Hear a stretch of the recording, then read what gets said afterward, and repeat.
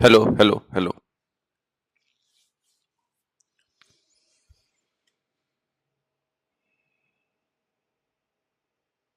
Good morning, everyone.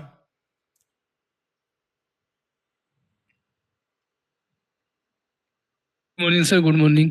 Good morning. नमस्ते sir. नमस्कार।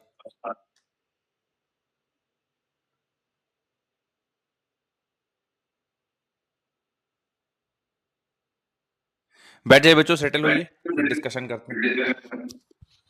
Good morning sir. Good morning, good morning, good morning.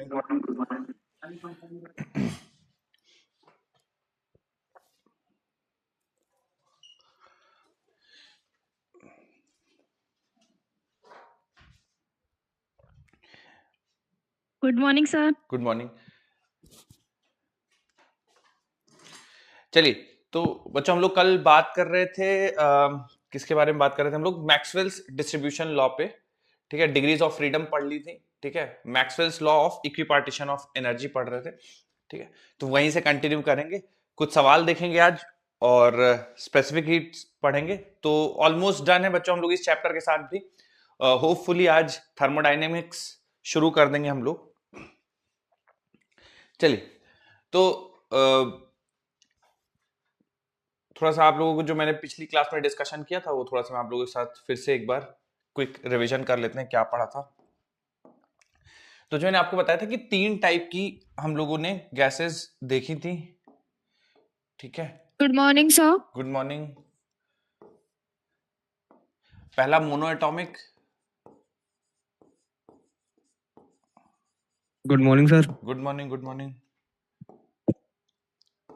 दूसरा diatomic. Diatomic. और तीसरा triatomic या आप इसको पॉलीएटॉमिक। पॉलीएटॉमिक बोल दीजिए, बिल्कुल पॉलीएटॉमिक। ठीक है, तो इतनी गैसेस हम लोगों ने डिस्कशन करी थी। मोनोएटॉमिक बच्चों जैसे आएगा एक, जैसे हीलियम, नियॉन, आर्गन, यानी एक ही मॉलिक्यूल है। ठीक है, तो इसमें डिग्री ऑफ फ्रीडम मैंने आपको बताई थी। कितनी डिग्री ऑफ फ्रीडम बताई थी मोनोएटॉमिक गैस के लिए? 3 सर। 3। इनमें से कितनी ट्रांसलेशनल डिग्री ऑफ फ्रीडम है, कितनी सर रोटेशनल 3। है? तीनों ट्रांसलेशन और डिग्री। रोटेशनल 0। हाँ, तीनों ट्रांसलेशनल है, रोटेशनल 0। ठीक है, यस सर। डायटोमिक गैस में मैंने आपको बताया था डिग्री ऑफ फ्रीडम कुछ ट्रांसलेशनल बताया था, 5। कुछ रोटेशनल बताया था। तो और translational 3 degree of sir freedom 5 होती, 3 होती है। हाँ, और 2 3 रोटेशनल। ट्रांसलेशनल 2 रोटेशनल, टोटल 5 होती है। ठीक 5। है, 5। और अगर हायर टेम्परेचर पे चले जाएं तो कौन सी degree of sir 2 freedom? Vibrational और बढ़ जाती है। वाइब्रेशनल और बढ़ जाती है। और कितनी वाइब्रेशनल डिग्री ऑफ फ्रीडम 2। बताई थी मैंने डायटोमिक के सर लिए? 2 2 बताई। 500 डिग्री सेल्सियस।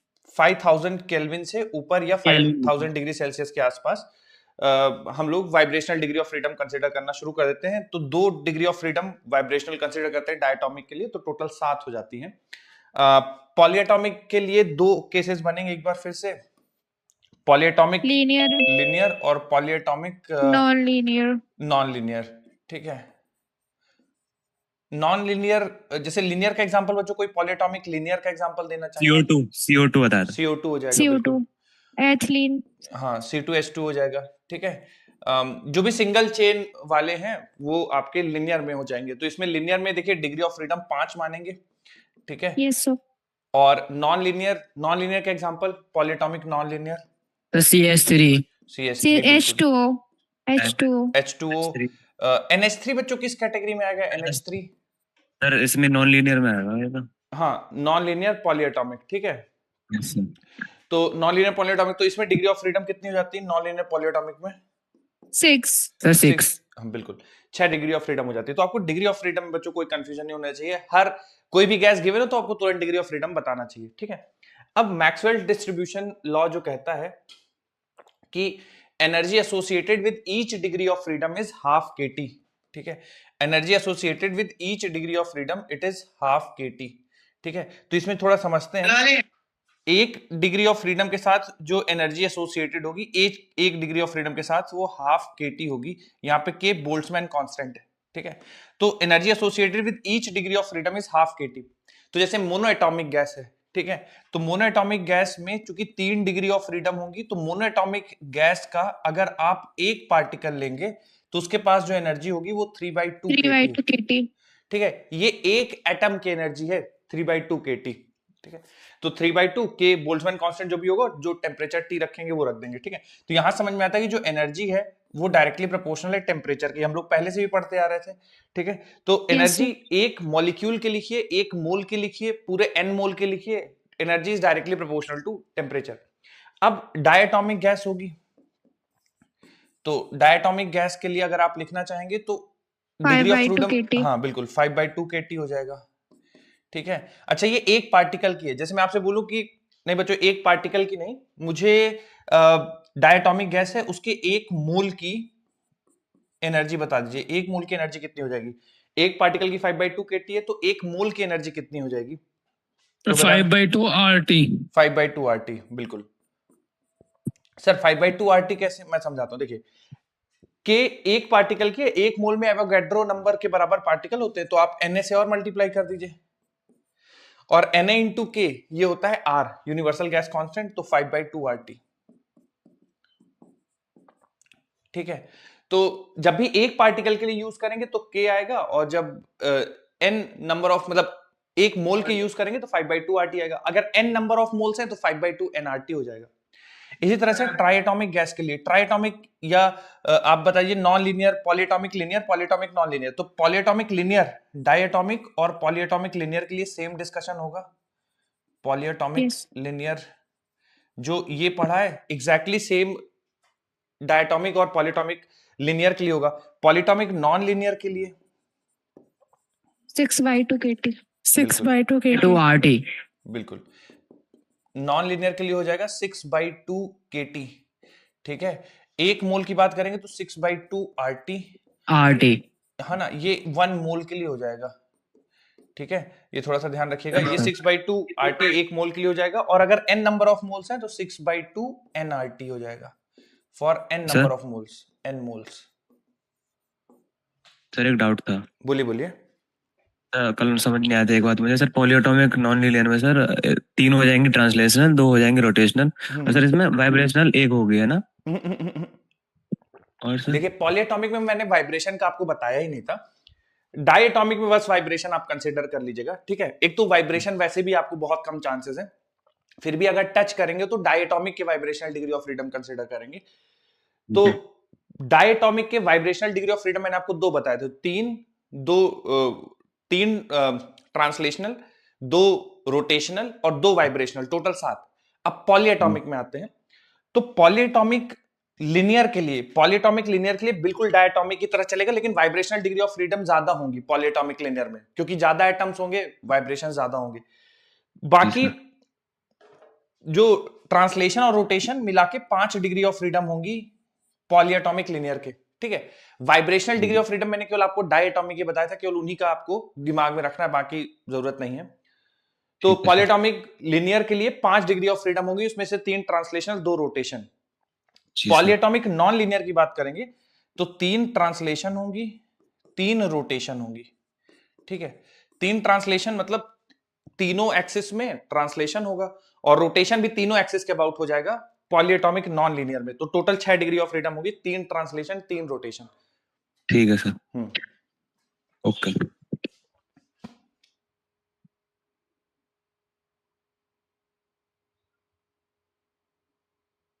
Done, sir.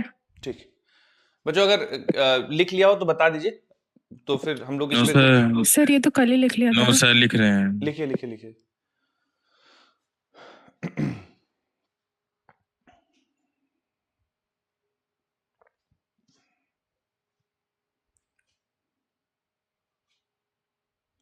जो लोग लिख चुके हैं बच्चों, अगली हेडिंग डाल दीजिएगा, स्पेसिफिक हीट कैपेसिटी।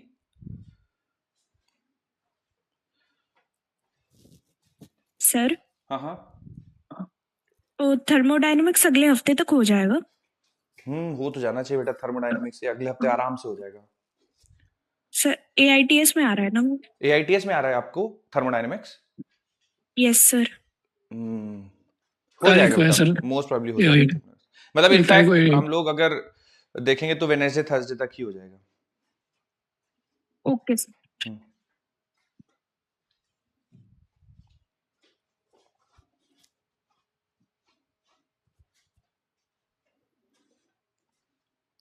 चलिए स्पेसिफिक हीट कैपेसिटी। तो बच्चों हम लोग actually specific heat capacity already पढ़ चुके हैं, बट इससे पहले जो स्पेसिफिक हीट कैपेसिटी में हम लोग पढ़ रहे थे वो लिक्विड्स और सॉलिड्स के लिए पढ़ रहे थे। अभी जो पढ़ेंगे हम लोग गैसेस के लिए पढ़ेंगे। तो अगर आप में से कुछ जानते हो बच्चों molar specific heat capacity of gases कितने तरीके से डिफाइन है, कौन कौन से डिफाइंड है, तो बता दीजिए। 1 डिग्री सेल्सियस से बढ़ाने जो हीट फ्रीज आती है जैसे मोलर स्पेसिफिक हीट। अच्छा सर स्पेसिफिक हीट कैपेसिटी बताना। सर हाँ। 1 मोल को जब 1 डिग्री सेल्सियस से टेम्परेचर बढ़ाने की हाँ बिल्कुल हीट दी जाती है उसको बिल्कुल सही, molar molar specific specific heat heat कहा कैपेसिटी जाता कहते हैं, बिल्कुल सही है। तो कितने तरीके से डिफाइंड होती है बेटा ये, मतलब सर 2 हाँ। टाइप से, एक हाँ। एट कांस्टेंट प्रेशर और कांस्टेंट वॉल्यूम पे। एट कांस्टेंट प्रेशर और कांस्टेंट वॉल्यूम, बिल्कुल बिल्कुल, वेरी गुड। अच्छा जो कांस्टेंट टेम्परेचर पे भी डिफाइन कर सकते हैं कि हम मोलर स्पेसिफिक हीट कैपेसिटी को कांस्टेंट टेम्परेचर पे? No sir no. No sir नहीं कर सकते। नहीं कर स्पेसिफिक सकते, टेम्परेचर तो बढ़ाना टेम्परेचर ही डिपेंड है नहीं ना। करती सर, टेम्परेचर पर डिपेंड नहीं करती सर। टेम्परेचर पे डिपेंड नहीं करती। ओके हाँ सर कुछ हाँ। टेम्परेचर तो बढ़ाना ही है ना हमें, तो हम्म। कांस्टेंट टेम्परेचर पे कैसे देंगे। बिल्कुल सही बात है। अच्छा आपको अगर मान लीजिए सवाल में ऐसे पूछ दिया, ठीक है, कि बताइए कांस्टेंट टेम्परेचर पे मोलर स्पेसिफिक हीट कैपेसिटी कितनी होती है, तो क्या आंसर करेंगे आप? Molar specific heat at constant temperature कितना होगा? तो खैर ये बच्चों थोड़ा इनफाइनाइट होगा। इनफाइनाइट होगा, बिल्कुल, क्योंकि कांस्टेंट टेम्परेचर मतलब टेम्परेचर बढ़ा ही नहीं रहे हैं, कितनी भी हीट देते जाइए तो कभी बढ़ेगी नहीं, तो इनफाइनाइट हीट दे देंगे तब भी टेम्परेचर नहीं बढ़ेगा, तो इन्फिनिटी बोल देते हैं, ठीक है। खैर मैं आपको ये एक पॉइंट बना के लिखवा दूंगा, आप परेशान मत होइए, कभी कभार ऐसे ही सवाल में ऐसे ही परेशान करने के लिए पूछ सकते। खैर तो जैसे स्पेसिफिक हीट कैपेसिटी की बात किया जाए बच्चों, तो बिल्कुल सही जिन्होंने डिफाइन किया, एकदम करेक्टली डिफाइन किया है। और हम लोग specific heat capacity molar specific heat capacity की बात कर रहे हैं, ठीक है, कि 1 मोल गैस का टेम्परेचर 1 डिग्री सेल्सियस बढ़ाने के लिए, 1 मोल गैस का टेम्परेचर 1 डिग्री सेल्सियस बढ़ाने के लिए, ठीक है, जितनी हीट की रिक्वायरमेंट होगी उसको हम लोग बोलेंगे मोलर हीट कैपेसिटी, ठीक है। 1 मोल गैस का टेम्परेचर 1 डिग्री सेल्सियस बढ़ाने के लिए जितनी हीट की जरूरत पड़ेगी उसको हम लोग बोलेंगे मोलर स्पेसिफिक हीट कैपेसिटी। जैसे मोल स्पेसिफिक हीट कैपेसिटी किसी सॉलिड या लिक्विड की बोलते थे कि 1 ग्राम मास का या 1 ग्राम किलोग्राम मास का सब्सटेंस का 1 डिग्री सेल्सियस टेम्परेचर बढ़ाने के लिए जितनी हीट की जरूरत पड़ेगी वो स्पेसिफिक कैपेसिटी कहलाएगी सॉलिड या लिक्विड की। गैस के लिए बस ये ध्यान रखते हैं 1 मोल गैस का टेम्परेचर 1 डिग्री सेल्सियस बढ़ाने के लिए जितनी हीट की जरूरत पड़ेगी वो स्पेसिफिक हीट कैपेसिटी कहलाएगा। बच्चों अच्छा यूनिट बता दीजिए इसकी क्या होगी, स्पेसिफिक कैपेसिटी की unit? Joule per KG per kelvin. Joule sir joule per mole per KG. Kelvin, joule per kelvin per mole पर केल्विन। बिल्कुल, जूल पर मोल पर केल्विन ये ऐसा यूनिट हो जाएगी, या कैलोरी पर मोल पर केल्विन यूनिट आपको देखने को मिलेगी मोलर स्पेसिफिक हीट कैपेसिटी की, ठीक है। अच्छा बच्चों कैसी क्वांटिटी होगी ये, स्केलर या वेक्टर? स्केलर होगी। स्केलर क्वांटिटी होगी। स्केलर क्वांटिटी होगी, बिल्कुल। इंटेंस। डायमेंशंस और लिख दीजिएगा बच्चों इसके।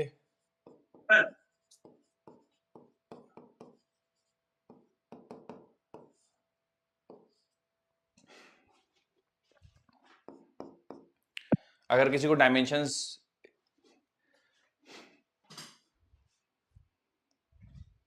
ml2T-2 okay T in Kelvin inverse mole inverse।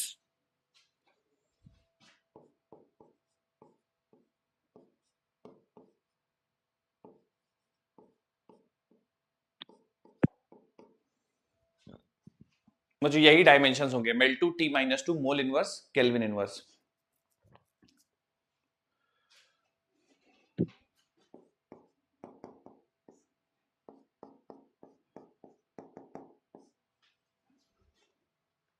थोड़ा सा सीपी और सीवी के बारे में पढ़ेंगे। सीवी को बच्चों हम लोग बोलते हैं molar specific heat at constant volume, ठीक है। सीवी कहलाएगा molar specific heat capacity eight constant volume. अब जो जैसे हम लोग कांस्टेंट वॉल्यूम तो नाम से ही समझ में आ रहा है, कांस्टेंट वॉल्यूम पे बात कर रहे हैं, तो कांस्टेंट वॉल्यूम पे 1 मोल गैस का टेम्परेचर 1 डिग्री सेल्सियस बढ़ाने के लिए जितनी हीट की रिक्वायरमेंट होगी वो कहलाएगा सीवी। इसी तरह से ये कहलाएगा मोलर स्पेसिफिक हीट, पूरी ये चीज same as it is at constant pressure. तो कांस्टेंट प्रेशर पे 1 मोल गैस का टेम्परेचर 1 डिग्री सेल्सियस बढ़ाने के लिए जितनी हीट की जरूरत पड़ेगी वो कहलाएगा वो कहलाएगा सीपी। ठीक है, वैसे आप लोग को याद रह जाएगा, अगर आप चाहें कि मैं बोल के लिखवा दूं तो आप बता दीजिएगा, मैं लिखवा दूंगा। बाकी आपको ये जनरल याद होना चाहिए, मोलर स्पेसिफिक हीट कैपेसिटी क्या होता है, कांस्टेंट वॉल्यूम पे क्या होता है, कांस्टेंट प्रेशर पे क्या होता है।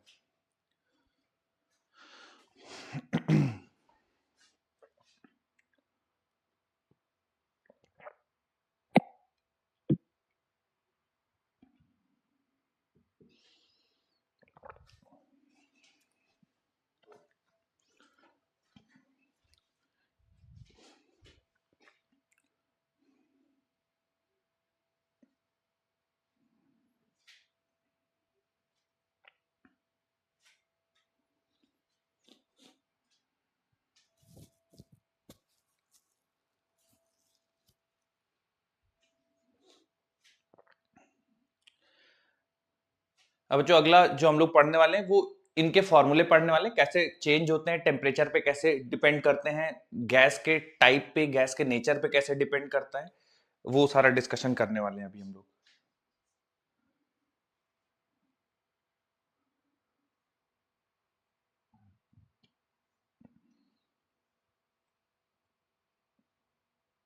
Done sir. चलिए बच्चों, बदल रहा हूं मैं स्लाइड। सर 1 मिनट और रुक जाइए सर, अभी भी आया हूँ मैं जरा। लिखिए।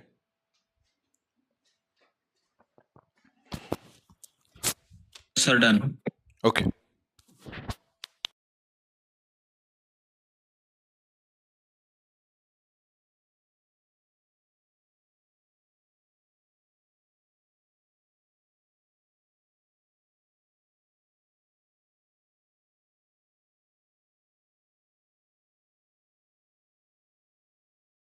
लिख लिया सर।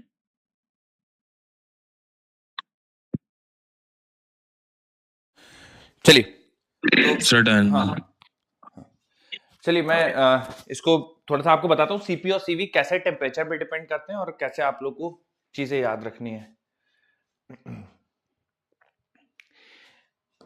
तो सबसे पहले हम लोग बच्चों सीवी की बात करते हैं, फिर सीपी का डिस्कशन करेंगे। तो हालांकि अभी मैंने आपको पढ़ाया नहीं फर्स्ट लॉ ऑफ थर्मोडायनेमिक्स, लेकिन थोड़ा बहुत आपको आइडिया होगा बच्चों। अगर आप में से बताना चाहें कोई फर्स्ट लॉ ऑफ थर्मोडायनेमिक्स क्या, मतलब कि वो इक्वेशन जो होती है फर्स्ट लॉ ऑफ थर्मोडायनेमिक्स की, कोई अगर बताना चाहे। सर फर्स्ट थर्मोडायनेमिक्स ये कहता है कि हाँ, एनर्जी जो होती है can neither be created nor be destroyed, और उसका एक फॉर्मूला निकलता है, यू बराबर होता है पी प्लस क्यू बराबर होता है यू प्लस डब्ल्यू। क्यू बराबर होता है you plus W. Yes sir. तो डी क्यू बराबर D you plus D W, मतलब अगर आप जो भी एनर्जी देंगे उसका कुछ हिस्सा मैकेनिकल वर्क करने में चला जाएगा, कुछ इंटरनल एनर्जी बढ़ाने में चला जाएगा। एनर्जी स्टोर हो जाएगा सर। बिल्कुल। तो देखिए डी क्यू बराबर D you plus D W, इसी का हम लोग यूज करेंगे। अब कांस्टेंट वॉल्यूम पे बात की जाए, ठीक है, एक बार फिर से बच्चों आप लोग का थोड़ा सा नॉलेज चेक करें। कांस्टेंट वॉल्यूम पे वर्क डन कितना होता सर है? Work sir zero zero zero sir. बिल्कुल, है ना, क्योंकि पीडीवी होता है वर्क डन, और अगर वॉल्यूम कांस्टेंट है तो वर्क डन जीरो हो जाएगा, तो डीडब्ल्यू जीरो हो जाएगा। यानी जितनी Yes, भी sir. हीट आप प्रोवाइड करेंगे वो सारा का सारा इंटरनल एनर्जी को बढ़ाने के लिए एनर्जी के बराबर होगा। बिल्कुल।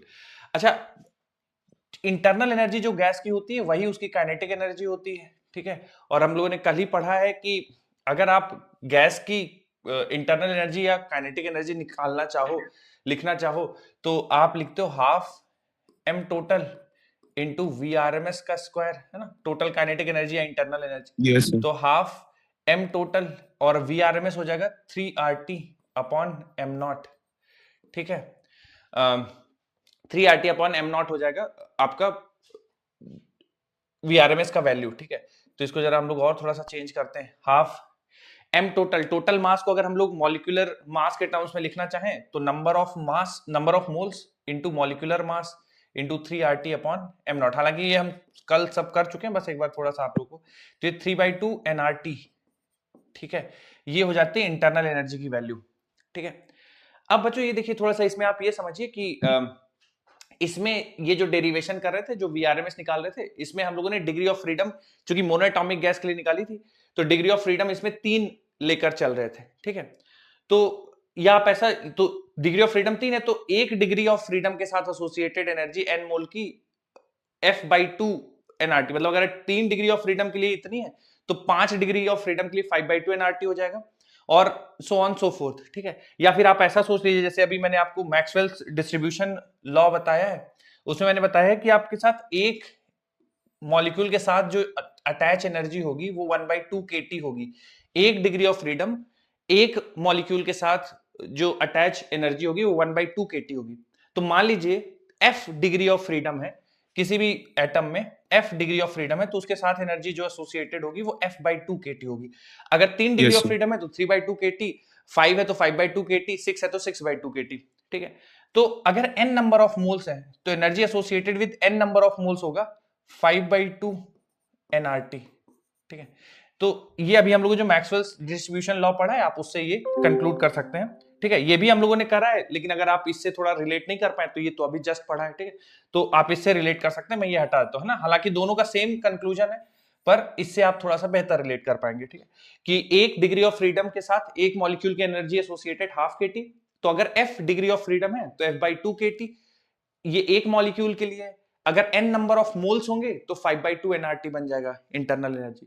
तो मैं यहां पे इंटरनल एनर्जी की वैल्यू रख देता हूं 5/2 nRT। डिफरेंशियल फॉर्म में रखना है तो डिफरेंशियल फॉर्म में रख दूंगा F/2 nRdt, है ना, कि dt अमाउंट ऑफ टेम्परेचर बढ़ाना है तो इतनी आपको एनर्जी देनी पड़ेगी 5/2 nRdt।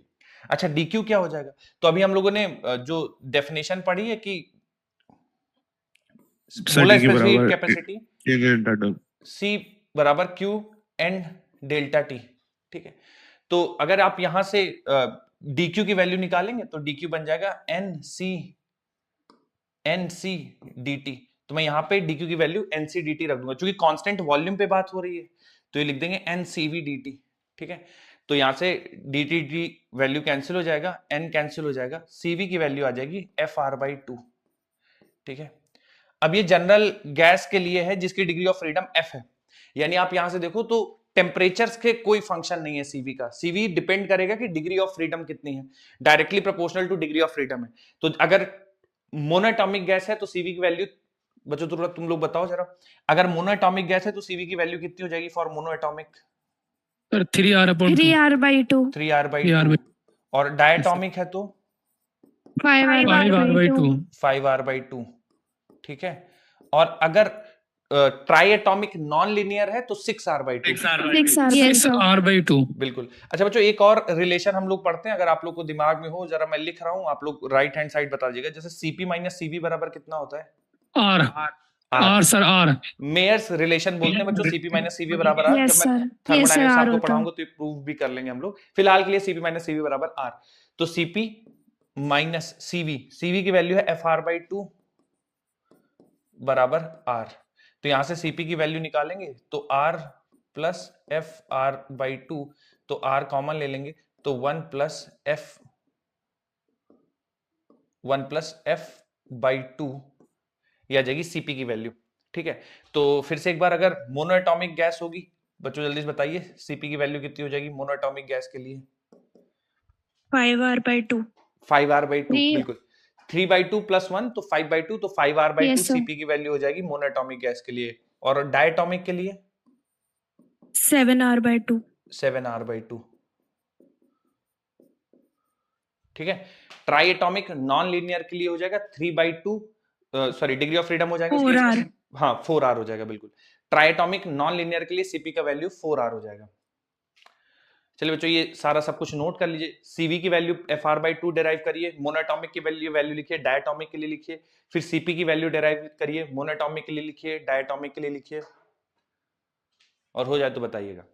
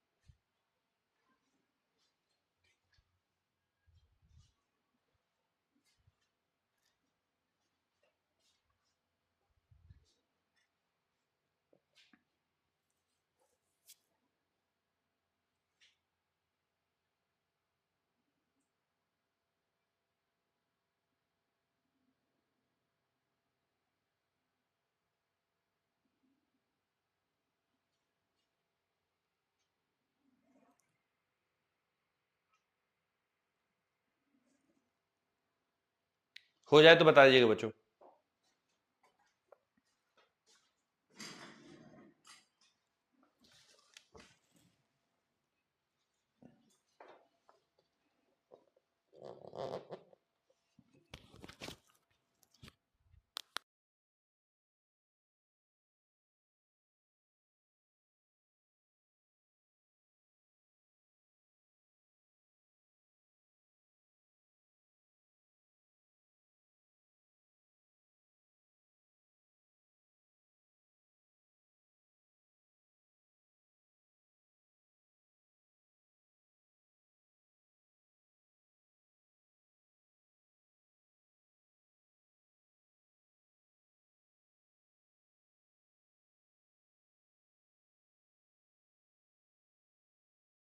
Sir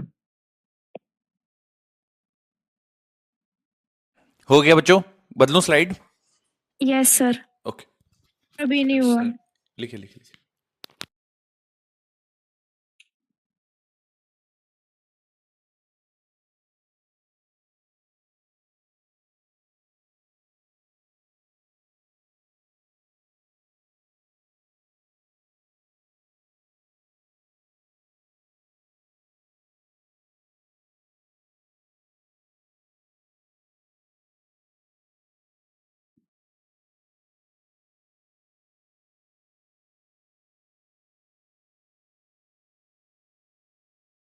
done sir.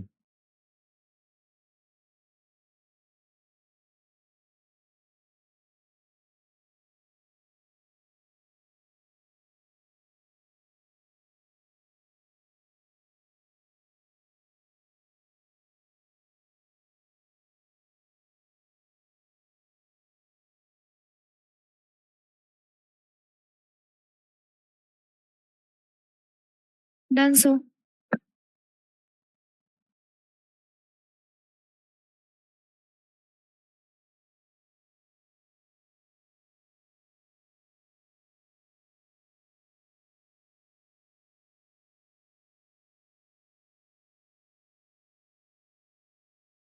Sir voice नहीं आ रही आपकी। सर आवाज नहीं आ रही। हाँ हाँ हाँ, अब आ रही है। यस सर आ रही है। हाँ बच्चों, ये एडियाबेटिक इंडेक्स हम लोग पढ़ते हैं एडियाबेटिक प्रोसेस के अंदर। तो ये क्या होता है, अगर किसी को दिमाग में आ रहा हो एडियाबेटिक इंडेक्स क्या होता है, कैसे डिनोट करते हैं इसको, किसी को याद आ रहा हो? चलिए मैं याद दिलाता हूँ। बच्चों ये ऐसे गामा से डिनोट करते हैं। अब अगर बताओ इसका वैल्यू कितना होता है, गामा बराबर कितना होता है? गामा सर 1+2/f 1+2/f बिल्कुल बिल्कुल। 1+2। लेकिन बेसिक डेफिनेशन क्या होती है गामा की, हम लोग किससे, क्या किसका रेशियो बोलते हैं इसको? Poisson sir CP/CV CP/CV। CP upon CB. बिल्कुल, सीपी अपॉन सी। सीबी। ठीक है, ये कहलाता है बच्चों एडियाबेटिक इंडेक्स। ठीक है, यूनिटलेस क्वांटिटी है ना, हर एक गैस के लिए अलग होगी, क्योंकि सीपी और सीवी टाइप ऑफ गैस पे डिपेंड करेगा। तो मोनोएटॉमिक गैस के लिए अलग होगी, डायटोमिक गैस के लिए अलग होगी। तो अगर हम लोग जनरल फॉर्मूला इसमें डिराइव करना चाहें तो सीवी का फॉर्मूला बच्चों अभी हम लोगों ने क्या डिराइव किया, CV in terms of degree of freedom, R R R into by two. 1+2/2। हाँ एफ आर बाई टू। और सीपी का वैल्यू क्या डिराइव किया अभी हम लोगों ने, R R into R into 1/2 F by 1+f/2। ठीक है।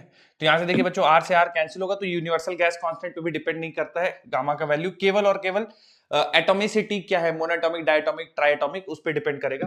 तो यहां से अगर हम लोग सिंप्लीफाई करेंगे तो ये बन जाएगा 1+f/2 डिवाइडेड बाई f/2, है ना। अब देखिए इसको अगर 1 डिवाइडेड बाई f/2 करेंगे तो बन जाएगा 2/f, और f/2 से f/2 कैंसिल हो जाएगा। ठीक है, तो जो गामा की वैल्यू आएगी बच्चों यहां से 1+2/f। ठीक है, ये गामा की वैल्यू आती है। तो अगर हम लोग फिर से एक बार दोनों गैसेस के लिए हम लोग लिख लेंगे वैल्यू, नोट कर लीजिए बच्चों आप लोग, तब तक मैं मोनोएटॉमिक डायटोमिक ट्राइएटॉमिक के लिए वैल्यूज लिख देता हूं।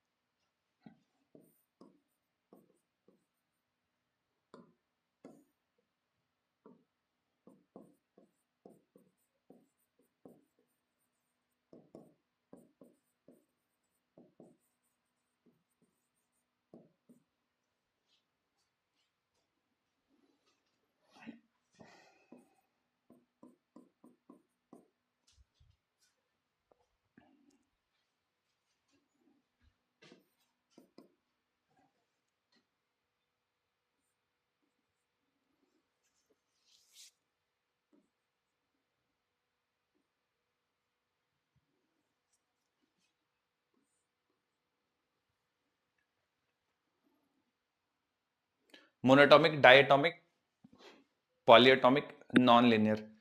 तो अगर बच्चों जैसे मोनोटॉमिक डायटॉमिक तो आप बहुत ज्यादा देखने को मिलेगा आपको, तो अगर मोनोटॉमिक डायटॉमिक डायरेक्ट गामा की वैल्यू याद रह जाएगी तो बहुत बढ़िया रहेगी।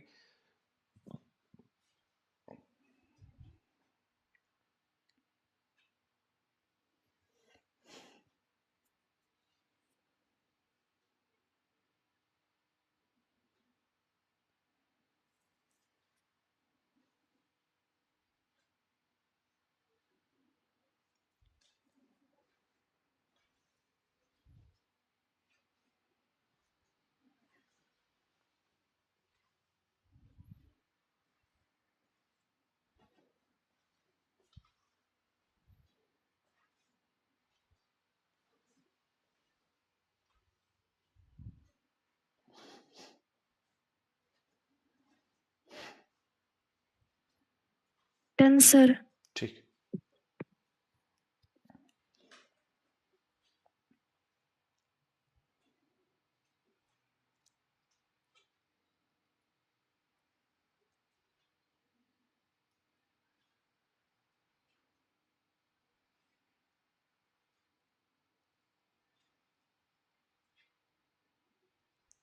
चलिए चेंज कर दूं बच्चों स्लाइड, अगर लिख लिया हो आप सबने तो।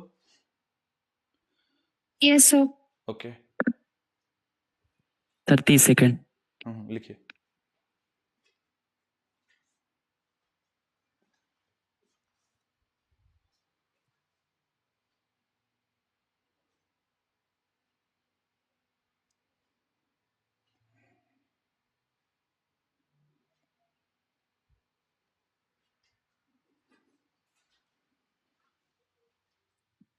Done sir.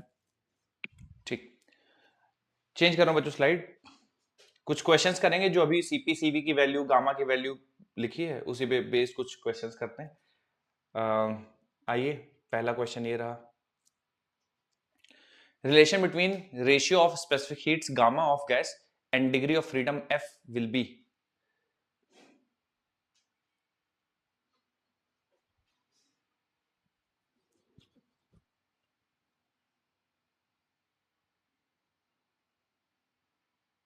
D option. Last वाला। Yes okay, sir. सी आएगा। सी आएगा। ओके,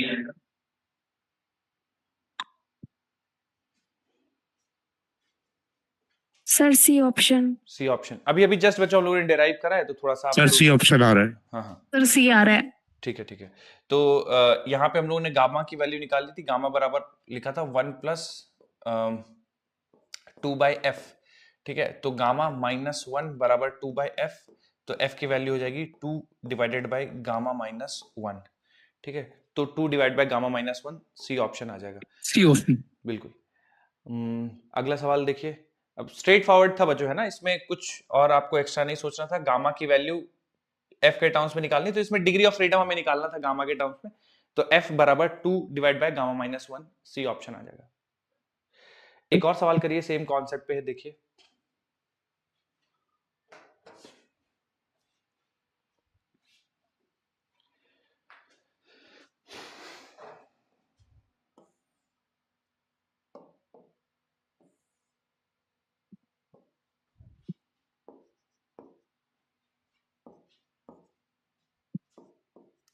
जिस पार्ट का भी आपका आंसर आता जाए बताते जाइएगा, पहले पार्ट का, दूसरे पार्ट का, तीसरे पार्ट का।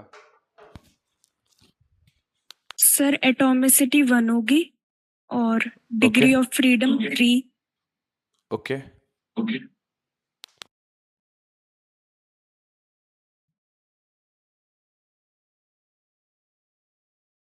CV 3R/2 और गामा 5/3। ठीक है। और mean gram molecular kinetic energy, मतलब एवरेज मॉलिक्यूलर काइनेटिक एनर्जी बताना है। एवरेज मॉलिक्यूलर काइनेटिक एनर्जी का मतलब हो गया एक मोल की काइनेटिक एनर्जी कितनी होगी, एक मोल की kinetic energy.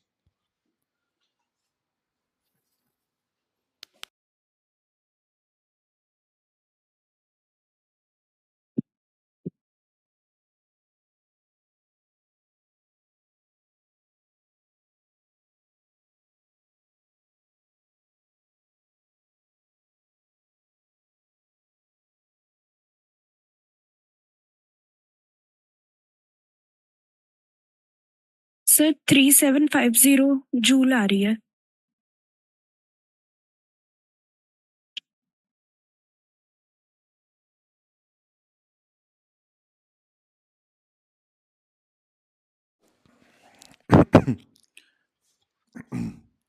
Three seven five zero.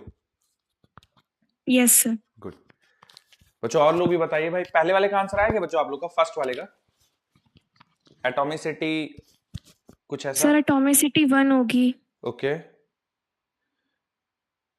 And degree of freedom 3। ठीक है, गुड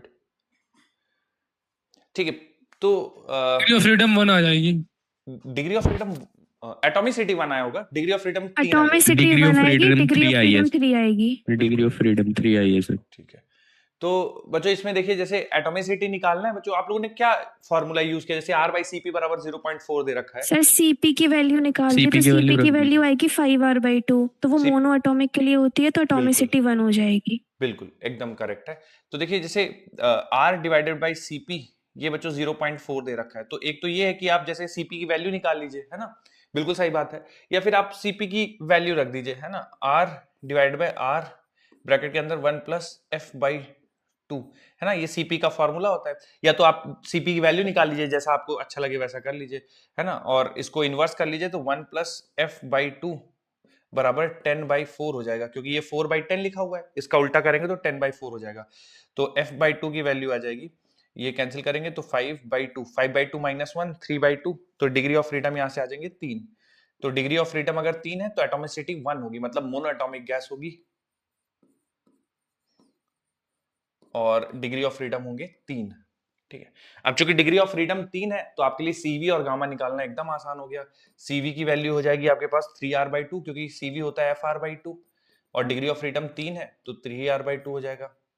फिर अगला पूछा गया है गामा की वैल्यू बताइए, तो गामा होता है, गामा बराबर 1+2/F 1+2/F। 5/3। हाँ, तो ये हो जाएगा बच्चों आपके पास 5/3, तो गामा की वैल्यू हो जाएगी 5/3। अब average gram molecular kinetic energy at 300 kelvin बताना है, मतलब एवरेज आप मॉलिक्यूलर काइनेटिक एनर्जी बता दीजिए एट 300 केल्विन टेम्परेचर। तो बच्चों क्या आप फॉर्मूला लगाएंगे आप लोग इसके लिए कि हमें 1 मोल 3/2 RT। 3/2 RT, बिल्कुल 3/2 RT, तो 3/2 R की वैल्यू लेते हैं 25/3, और टेम्परेचर दे रखा है 300 केल्विन। ठीक है, तो आप ऐसा 25/3 लेने से बच्चों कैलकुलेशन थोड़ा सा आसान हो जाएगा, 2 से कैंसिल करेंगे तो यहाँ रहने देते हैं, 3 से 3 कैंसिल होगा, ये बच जाएगा 25 इंटू 300 डिवाइडेड बाई 2, ये हो जाएगा 2250। बच्चों ये मेरे हिसाब से तो 3750 आएगा शायद, देख लीजिए आप एक बार, इतने जूल वैल्यू यस आएगी। सर यही आएगा। हाँ, 7500/2 तो 3750 जूल आएगा। देख लीजिए बच्चों सारे आंसर। तो हाँ हाँ बोलिए। सर इसमें मेरे को फर्स्ट वाले क्वेश्चन का लॉजिक समझ नहीं आया, तो कैसे करेंगे? पहले वाले पार्ट का यस सर। देखिए, हमें एटॉमिसिटी और डिग्री ऑफ फ्रीडम निकालना था, तो हमें R/CP का वैल्यू 0.4 दे रखा है, तो यस सर। 0.4 दे रखा है। अब हमें या तो आप एक काम करिए कि आप CP की वैल्यू निकाल लीजिए, जैसे ये 4/10 है, तो आप यहाँ से CP की वैल्यू निकाल लीजिए, तो CP की वैल्यू आ जाएगी 10R/4 यानी 5R/2। ठीक है, तो अब आपको सोचना पड़ेगा कि किस टाइप की गैस के लिए CP की वैल्यू 5R/2 होता है। ठीक है, तो मोनोटॉमिक गैस के लिए 5R/2 होता है, तो आप एक तरीका ये हो गया। दूसरा तरीका जो मैंने लगाया है कि R/CP की वैल्यू 0.4 है, तो R एज इट इज, और CP का फॉर्मूला होता है R इंटू 1+F/2। अगर आप देखें तो हम लोगों ने अभी यस सर। हाँ यही फॉर्मूला आपने नोट्स में लिखा बताया था। होगा, है ना, yes sir. Yes sir. Yes sir. तो R इंटू 1+F/2, तो यही CP का फॉर्मूला मैंने वहां पे रख दिया। ठीक है, तो जब मैंने ये फॉर्मूला Yes, यहाँ पे sir. रखा तो मेरे पास डिग्री ऑफ फ्रीडम निकल के आ गया 3। Degree of freedom monoatomic gas के लिए ही केवल 3 पॉसिबल, और किसी के लिए हो नहीं सकता, तो फिर एटॉमिसिटी यानी मोनोटॉमिक होगी और डिग्री ऑफ फ्रीडम 3 होगा। Yes sir. चलिए, पर जो मैं पूछ रहा हूँ जरा आप लोग हाथ उठाइएगा जिन बच्चों का आंसर आ गया था तीनों पार्ट का। जौनपुर 108 कितने बच्चों ने निकाल लिया था आंसर, हाथ उठाइए एक बार। अरे ठीक है, आगरा पाठशाला कितने बच्चों का आ गया था आगरा में, हाथ उठाइए, किसी का आंसर आया था आगरा में? अयोध्या कितने बच्चों का आ गया था? 103। ठीक है। अलीगढ़ 003 आया था क्या बच्चों अलीगढ़ में आंसर? ठीक है। रायबरेली 205 कितने बच्चों ने निकाल लिया था? 205। गुड। बहुत कम बच्चों ने यार आंसर निकाला है, थोड़ा मुश्किल लग रहा है क्या सवाल? ये कुछ तो था नहीं ओ वैसे, सर सिंपल वैल्यू सब्स्टिट्यूट करना था और निकालना था। ठीक है, और देखिए कोई बात नहीं, अगर इसमें नहीं आया है तो और भी कुछ सवाल है हमारे पास, आप लोग करिए और आंसर बताइएगा।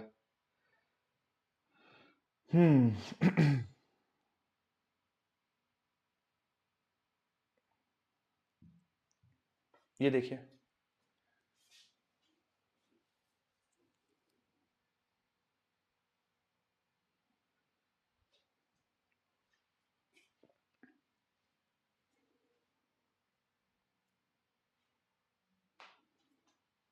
जो भी आंसर आए बच्चों बता दीजिएगा।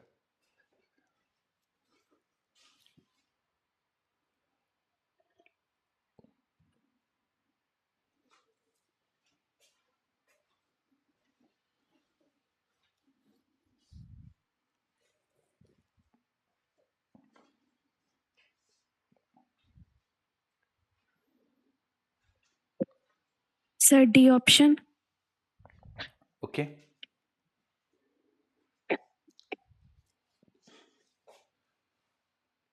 बाकी लोग बच्चों आंसर बताइए, वेट कर रहा हूं मैं। Ratio of gamma for monoatomic to rigid diatomic. Sir D option. D option. Sir D option. ठीक है।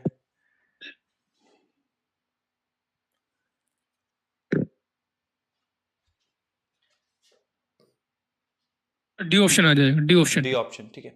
अब देखिए बच्चों, गामा सर डी मोनोएटॉमिक, आएगा। बिल्कुल, टू गामा डायटॉमिक का रेशियो पूछा है, तो मोनोएटॉमिक के लिए 5/3 होता है, डायटॉमिक के लिए 7/5 होता है। ठीक है। अच्छा बच्चों, रिजिड का क्या कंट्रीब्यूशन होगा यहाँ पे? जैसे रिजिड डायटॉमिक बोल दिया तो इससे वाइब्रेशनल नहीं होगी sir, vibrational degree vibrational of freedom को कंसीडर वाइब्रेशन नहीं नहीं करना होगा। है। ठीक नहीं है। करेंगे। नॉन रिजिड बोल देता अगर, तो फिर हम उसको भी काउंट कर पाते।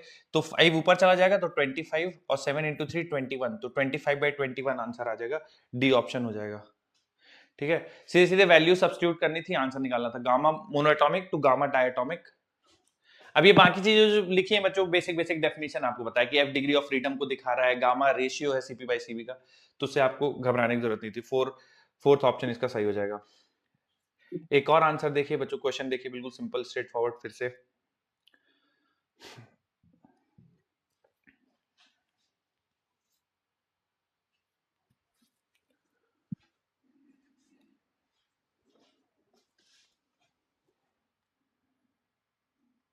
Second option. Second option. Sir B option. Okay B option. बच्चों, ये सवाल कर चुके हैं हम लोग पहले भी, है ना? Yes sir. Yes sir. Just अभी किया हम लोगों ने, 2 divided by gamma -1। Yes Yes, sir sir. Option B. बिल्कुल, डिग्री ऑफ फ्रीडम बी पूछा है, ऑप्शन। तो अभी जस्ट हम लोगों ने किया degree of freedom 2 divide by gamma -1, B option सही हो जाएगा। ये भी बताइए बच्चों, अभी जस्ट किया है। A option. A option.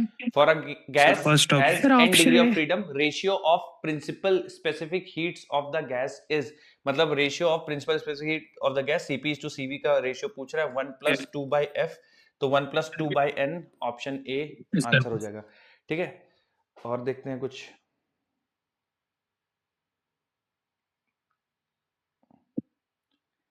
ये हम लोगों ने पता नहीं कल की क्लास में किया है, शायद कर लिया है कल की क्लास में। Yes, yes, yes, ये क्वेश्चन किया है कर दिया। सर ये। हाँ, Yes, sir. ये देखिए,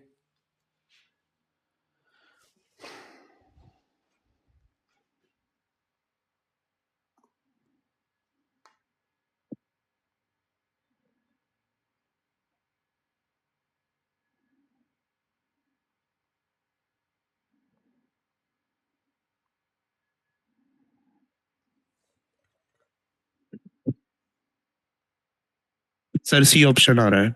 सी Okay. है। Yes, sir, सी ऑप्शन आ रहा है, C option. C option. C option sir.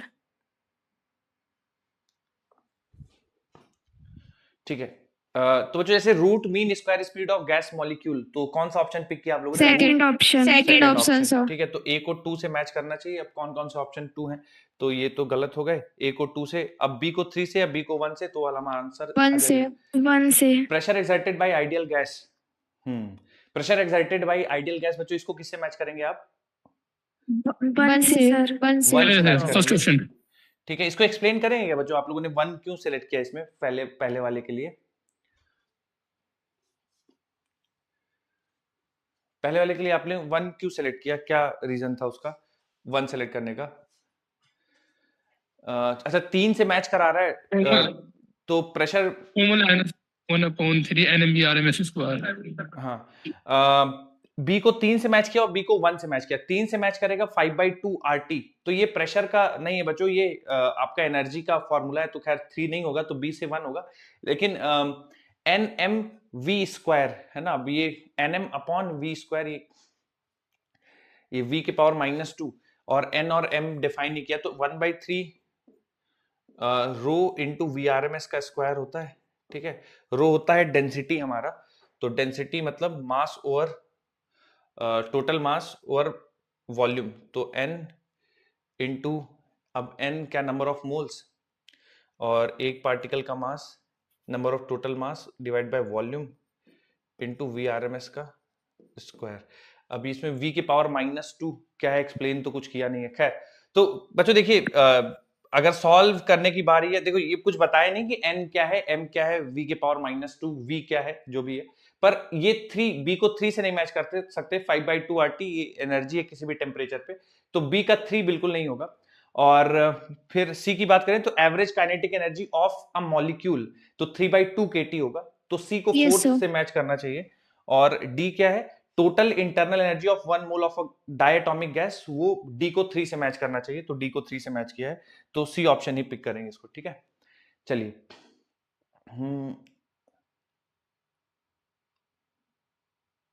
Sir इसका लॉजिक नहीं होगा? नहीं, इसका होगा बिल्कुल, लेकिन इसमें V को VRMS है या V क्या है, मैं बताता हूँ आपको, है ना, कुछ N के M के टर्म्स में अगर कुछ होता है तो मैं बताता हूँ आपको, क्योंकि ये कुछ अगर बता देता ना कि N किससे बता रहा है, M किससे डिनोट कर रहा है, तो हम लोग और इजीली इसको बता पाते। बच्चों एक देखिए, पता नहीं मुझे किया है या नहीं किया है, बट एक बार चेक कर लीजिए आप लोग।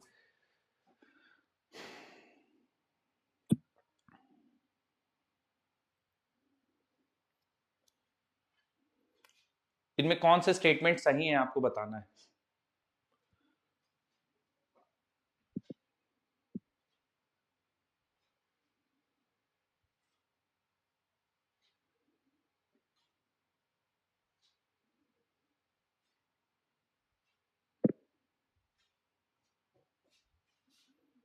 सी ऑप्शन हो जाएगा। सी ऑप्शन लग रहा है, ओके। Yes sir. ठीक, sir second option. Second option, okay. Sir second option. Second option नहीं है, second option, second option, okay sir B वाला। Yes sir, second option, B option. ठीक है। अच्छा बच्चों चलिए एक एक करके Second option, डिस्कशन sir. करते हैं।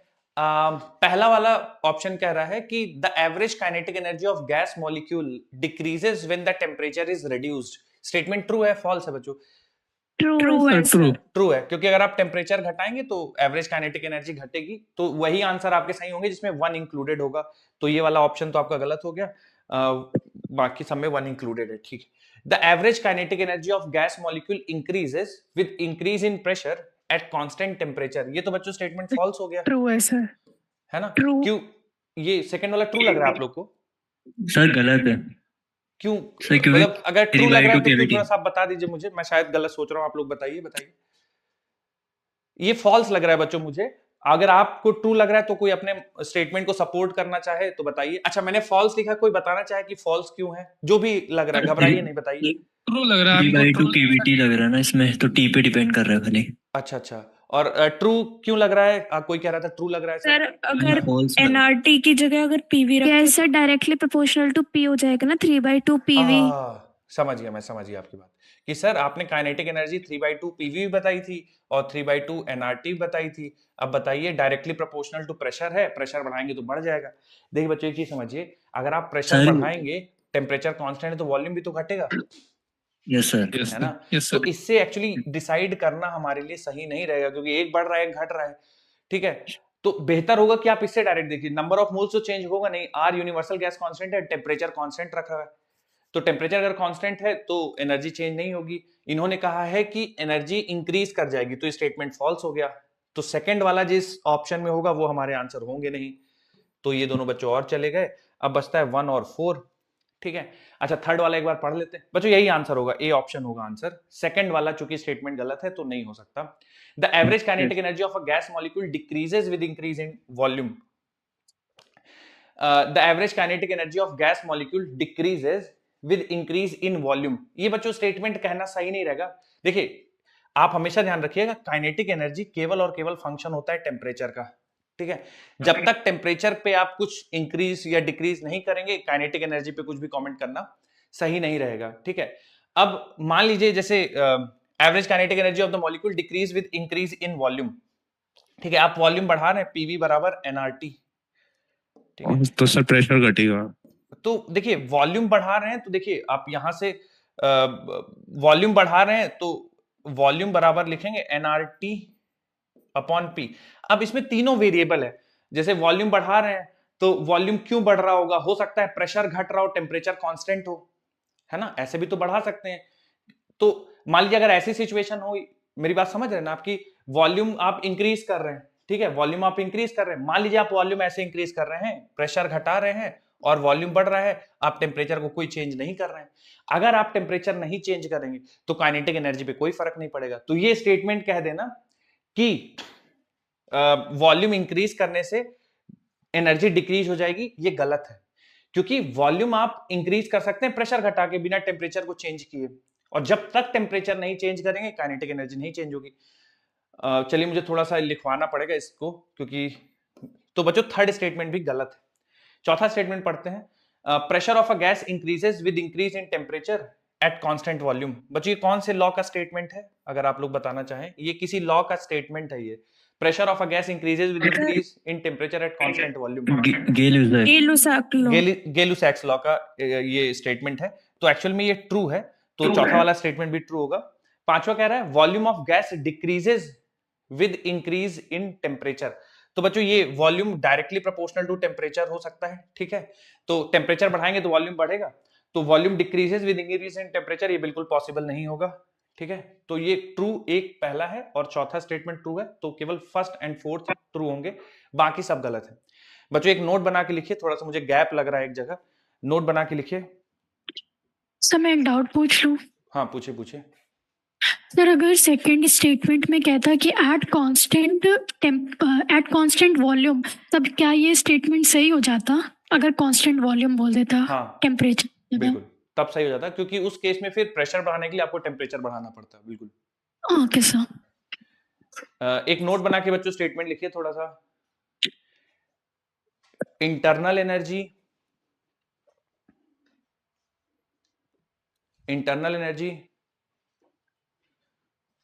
ब्रैकेट में लिख लीजिए kinetic energy.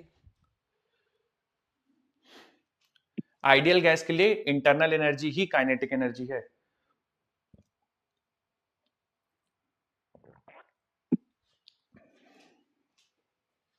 Internal energy bracket में kinetic energy only depends on temperature, only depends on temperature.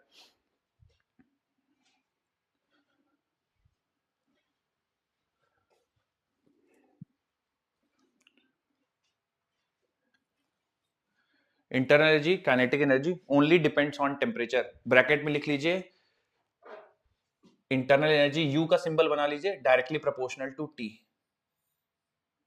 You directly proportional to T.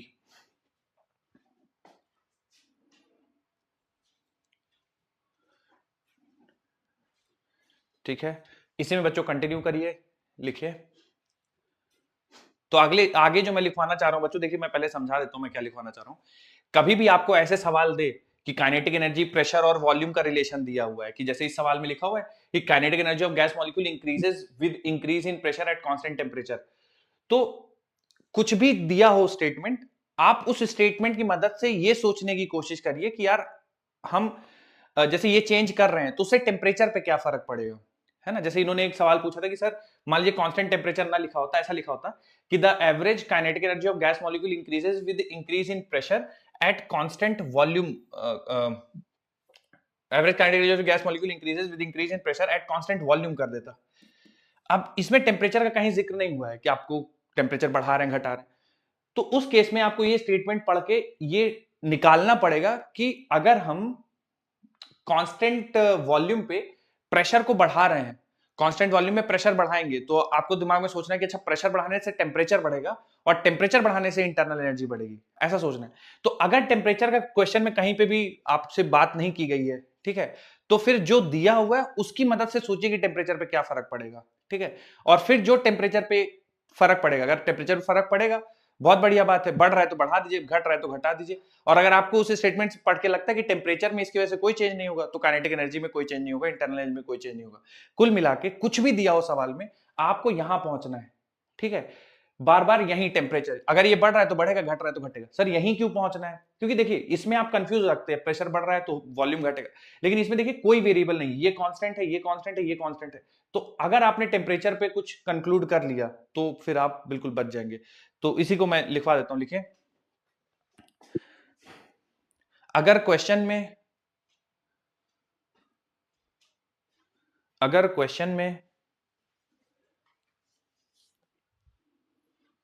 Pressure volume का वेरिएशन गिवन हो, अगर क्वेश्चन में प्रेशर वॉल्यूम का वेरिएशन गिवन हो, रिपीट करना। अगर क्वेश्चन में प्रेशर कॉमा वॉल्यूम का वेरिएशन गिवन हो, अगर क्वेश्चन में प्रेशर कॉमा वॉल्यूम का वेरिएशन गिवन हो तो उससे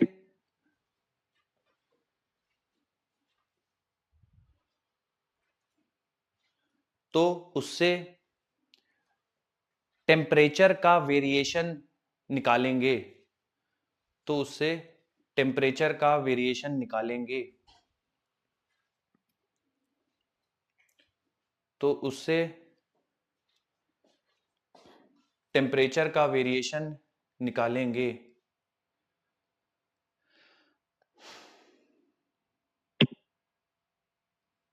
तो अगर प्रेशर और वॉल्यूम में कोई चीज गिवन है तो उससे आप टेम्परेचर निकाल लीजिए कि कैसे होगा, और फिर आगे बढ़ेंगे।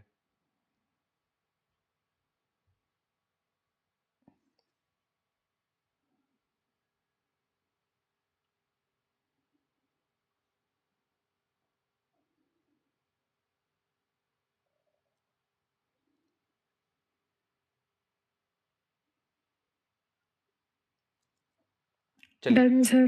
ठीक। अब जो मिक्सर हम लोग मिक्सचर मतलब कि जैसे एक मिक्सचर दिया हुआ है आपको कि इसमें कुछ मोनोएटॉमिक है, कुछ डायएटॉमिक है, या कुछ ट्राइएटॉमिक है, ठीक है। तो मिक्सचर ऑफ गैस के लिए हम लोग किस तरह से सीपी की वैल्यू निकालेंगे, सीवी की वैल्यू निकालेंगे, गामा की वैल्यू निकालें, वो पढ़ने वाले हैं। तो मिक्सिंग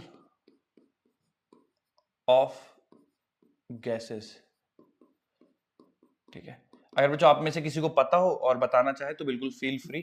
मान लीजिए बच्चों एक कंटेनर है, उसमें हम लोगों ने N1 मोल मोनोएटॉमिक गैस के रख दिए हैं, ठीक है, और N2 मोल डायटॉमिक गैस के रख दिए हैं, ठीक है, और मान लीजिए N3 मोल किसी और टाइप की गैस रख दी है, और आपसे सवाल में पूछ दिया गया है कि इस कंटेनर में जो मिक्सचर, अच्छा नॉन रिएक्टिव गैसेस हैं, तो आपको बताना है CV ऑफ मिक्सचर, आपको बताना है CP ऑफ मिक्सचर, और आपको बताना है गामा ऑफ मिक्सचर। तो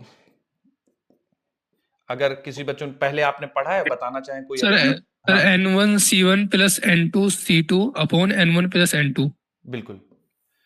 और N1 CP plus N2 CP upon N1 plus N2। ठीक, और उसके बाद CP upon CV gamma mixture आ जाएगा। बिल्कुल। बच्चों इसमें थोड़ा सा ध्यान रखिएगा कि N1 CV1 करना है plus N2 CV2 divided by N1 plus N2, ठीक है, ये ध्यान रखिएगा आप, फॉर्मूला एज इट इज है ना। N1 CV1 plus N2 CV2 divide by N1 plus N2। CP mixture का करना है तो N1 CP1 plus N2 CP2 divided by N1 plus N2, ठीक है। लेकिन गामा मिक्सचर में ध्यान रखिएगा बच्चों, N1 gamma 1 plus N2 gamma 2 divide bye N1 plus N2 नहीं करना है ना। क्यों नहीं करना है? डेरिवेशन से वैसा रिजल्ट नहीं आता है, ध्यान रखिएगा।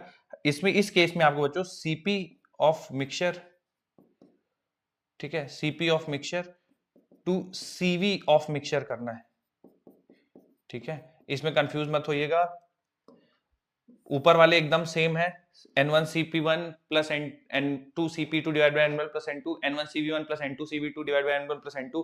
बट गामा मिक्सचर निकालते समय आपको सीपी मिक्सचर अलग से कैलकुलेट करना पड़ेगा, सीवी मिक्सचर अलग से कैलकुलेट करने का पड़ेगा, फिर उसके बाद आपके पास गामा मिक्सचर आएगा।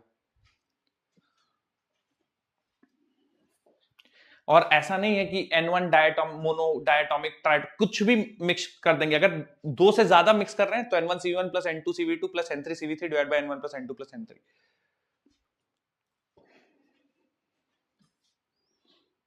सर बताइए। सर एफ मिक्स भी तो कर सकते हैं। एफ मिक्स नहीं समझा मैं, degree of freedom of mixture. Yes sir. नहीं नहीं नहीं, degree of freedom of mixture define करने का सेंस नहीं होगा, क्योंकि वो डिग्री ऑफ फ्रीडम देखिए एक मॉलिक्यूल के लिए होती है ना, जैसे मोनोटॉमिक है तो डिग्री ऑफ फ्रीडम एक मॉलिक्यूल से एसोसिएटेड है। Degree of freedom of mixture कहना थोड़ा सेंस अच्छा नहीं बनता, क्योंकि वो एक पर्टिकुलर मॉलिक्यूल से एसोसिएटेड है, degree of freedom of mixture नहीं निकालते। Okay sir.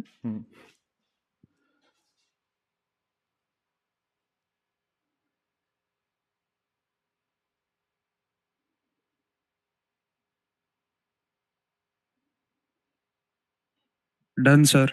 ठीक, एक सवाल करते हैं बच्चों इसी पे, मिक्सिंग ऑफ गैसेस पे। सर एक सेकंड रुक हाँ जाइए। लिखिए लिखिए लिखिए आप अभी।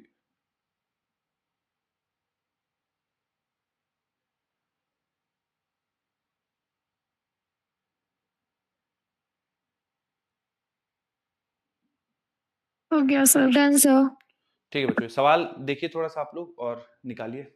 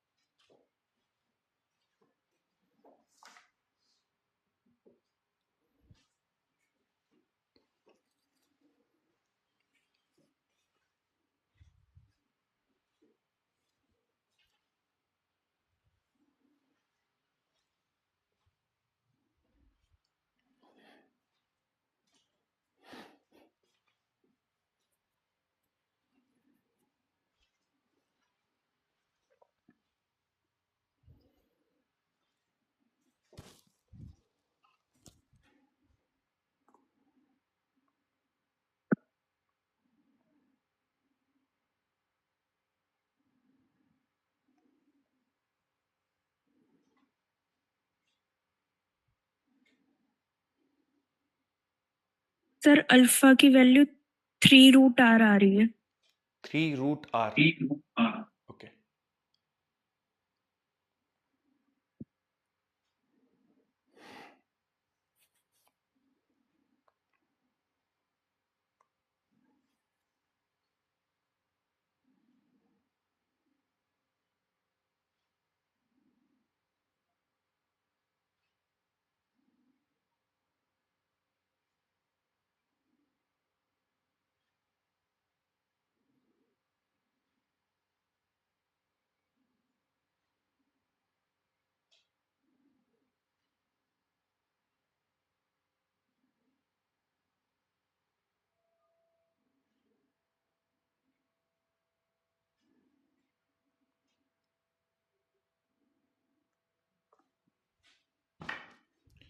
बच्चों और किसी का आया है आंसर?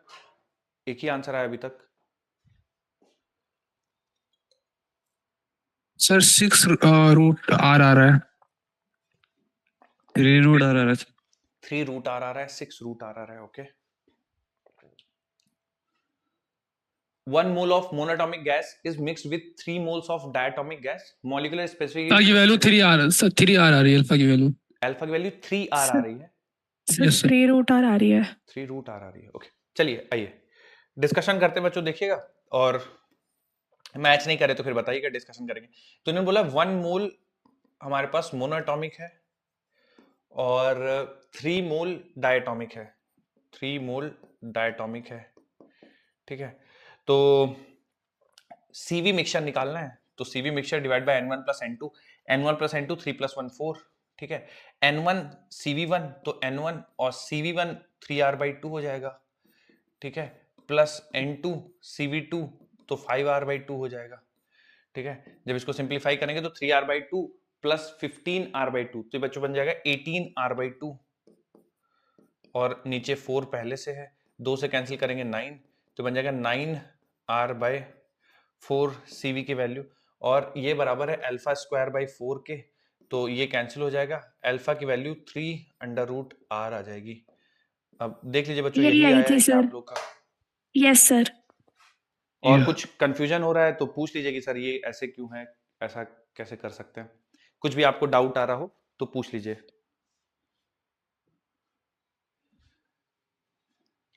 बच्चों कहाँ इसमें गड़बड़ हुई है, जिन लोग के आंसर नहीं मैच हो रहे हैं, क्या दिक्कत हो गई है? क्या वैल्यू सब्स्टिट्यूशन में दिक्कत हो गई, कैलकुलेशन में दिक्कत हो गई, क्या हुआ? सर यही आ रहा था। नहीं सर वैल्यू सही पुट किया था सर, वो कैलकुलेशन में लग रहा है कहीं दिक्कत हो गई, यहाँ सर पे देख रहे हैं। N/4 के बाद आपने क्या किया? कहाँ पे? NR/4 के बाद? 9R/4 के बाद। हाँ सॉरी सर, 9R/4 के बाद। हाँ, तो देखिए यहाँ पे सवाल में बोला गया है कि कांस्टेंट वॉल्यूम पे ये अल्फा स्क्वायर बाई 4 है, तो अल्फा की वैल्यू कितनी होगी? तो जो हमने सीवी मिक्सचर निकाला है, सीवी मिक्सचर की वैल्यू हमारे पास 9R/4 आ गया, ठीक है, सीवी मिक्सचर आ गया 9R/4। अब अकॉर्डिंग टू क्वेश्चन ये जो 9R/4 की वैल्यू है ये अल्फा स्क्वायर बाई 4 के बराबर होगी, ठीक है, सवाल के आधार पे। तो यहाँ से 4 से 4 कैंसिल हो जाएगा, अल्फा की वैल्यू 3√R आ जाएगी। Okay sir. बच्चों इसमें एक और सवाल कर लेते हैं, फिर डन होगा हम लोग का, केटीजी खत्म हो जाएगा, थर्मोडायनेमिक्स शुरू करेंगे।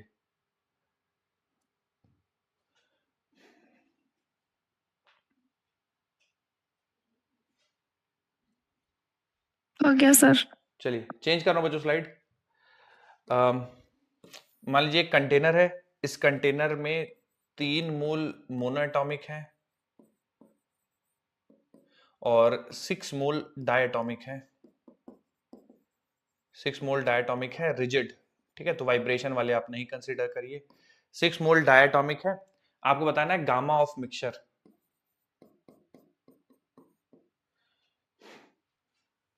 गामा ऑफ मिक्सचर कितना होगा?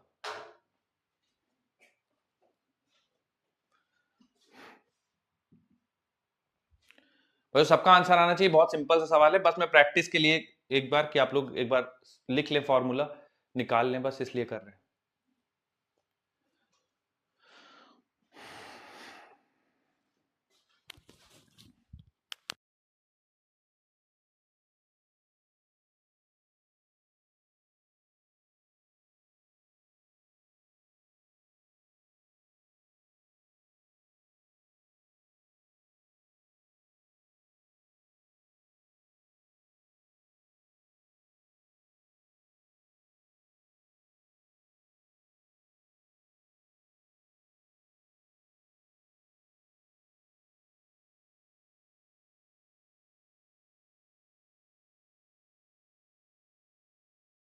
नाइनटीन बाई 13 आ रहा है सर।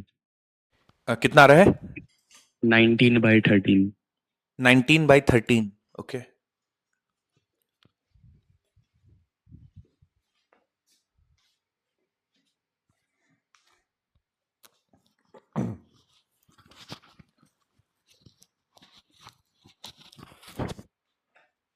सर मेरा तो 57/39 आ रहा है। 57/39। सर मेरा भी 3 से डिवाइड करेगा तो आ जाएगा। ओके, 57/39। हाँ हाँ, वही 3 से 1/39 आप आ रहा है cancel सर। करें। ठीक सर 57/39 आ रहा है। सर 57/39। ठीक।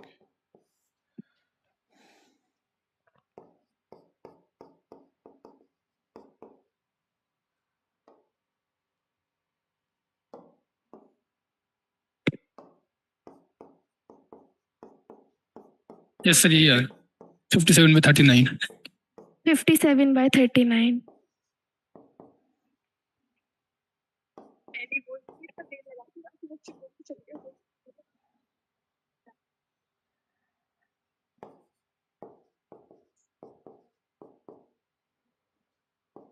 देखिए N1% वो पता क्या R/2 आ गया उसमें बच्चे 57 आ गए मैम आ गया।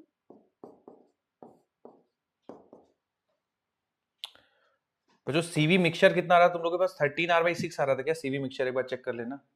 Yes sir. ओके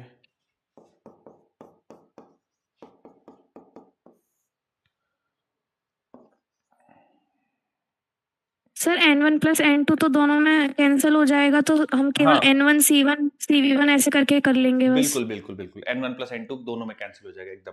ठीक है, तो जरूरत भी नहीं है, बिल्कुल सही बात है। अब बाकी चलिए मैंने ऐसे कर लिया है तो ऐसे ही कर लेते हैं। तो N1 CP1 मोनोटॉमिक गैस के लिए बच्चों CP की वैल्यू कितना रखेंगे थोड़ा बताइए। CP1 5R/2 5R/2 5R/2 और डायटोमिक गैस के लिए कितना रखेंगे? 7R/2 7R/2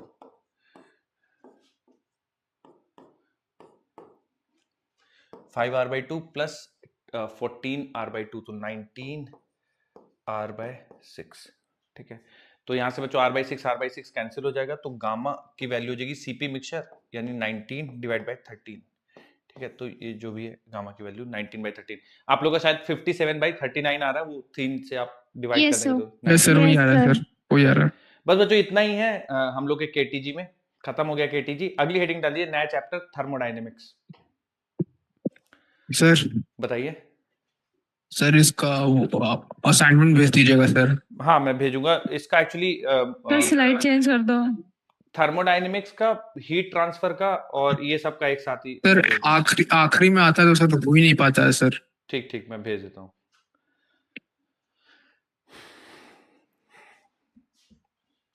अगली हेडिंग डालिए बच्चों सर? थर्मोडायनेमिक्स और कुछ बेसिक डेफिनेशंस थर्मोडायनेमिक्स की डिस्कशन करेंगे फिर आगे सवाल करेंगे। हाँ बताइए। सर सिलेबस में पूरा आ रहा है ना AITS 1 वाला भी? AITS 1 वाला भी तैयार कर लीजिए। पता नहीं हमारे जो सिलेबस डिसाइडर हैं शायद छुट्टी उट्टी पे सर हैं। हाँ हाँ सर बॉटनी वाली मैम बोल रही थी कि 25 से 30% आएगा पुराना वाला, तो सेम फिजिक्स में भी। अच्छा 99% यार मेरे पास अभी कुछ भी ऐसा अपडेट आया नहीं है। पर आप लोग पिछला वाला तैयार करके जरूर जाइएगा, आएगा तो है ही और आना भी चाहिए मतलब। ठीक है, मैंने उनसे पूछा है शायद वो है नहीं अभी।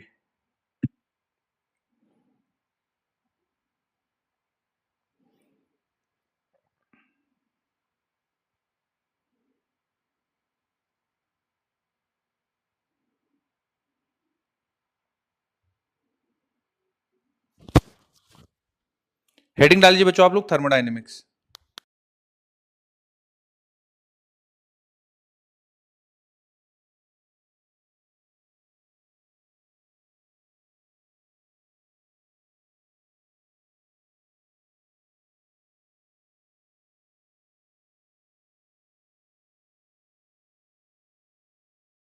पूरा ही तैयार करके जाइए, उसमें मतलब ऐसा मत रखिए कि पुराना वाला नहीं आएगा। तो जैसे AITS में इसमें पूरा थर्मोडायनेमिक्स तक किस बार आ रहा है क्या आपको AITS में? यस सर सर थर्मोडायनेमिक्स तक आ रहा है। यस सर पूरा थर्मोडायनेमिक्स पूरा Yes. यूनिट पिछले Sir. AITS में डायमेंशन तो से। COM कुछ इतना था, COM तक था या no Yes, sir. Sir Yes, वो sir. AITS 1 में था, इस वाले में पूरा थर्मोडायनेमिक्स तक है। पिछले Okay. की तो बोल रहे हैं। हाँ तो जो लास्ट AITS आपने दिया था उसमें COM तक आया था, मुझे पता नहीं याद नहीं। आप यस लोग बताइए। Sir Yes, sir. Yes, yes यहाँ सर तक आया उसमें था, sir. COM Sir. तक आया था। और Center इस of बार mass पूरा तक। थर्मोडायनेमिक्स तक आ रहा है। Yes sir Yes, sir. अच्छा और यस जो सर पार्ट थर्मोडायनेमिक्स तो आ रहा है सर। हम्म तो फिजिक्स का सिलेबस सबसे बड़ा है सर। अच्छा यस सर बाकी बहुत में ज्यादा क्या ही है? है। तो और सब में सर चार बाकी और में chapter सब तो में है। इतना नहीं है सर, उतना नहीं है, उसमें तो हो physics में जाएगा पूरा आ रहा है। कवर।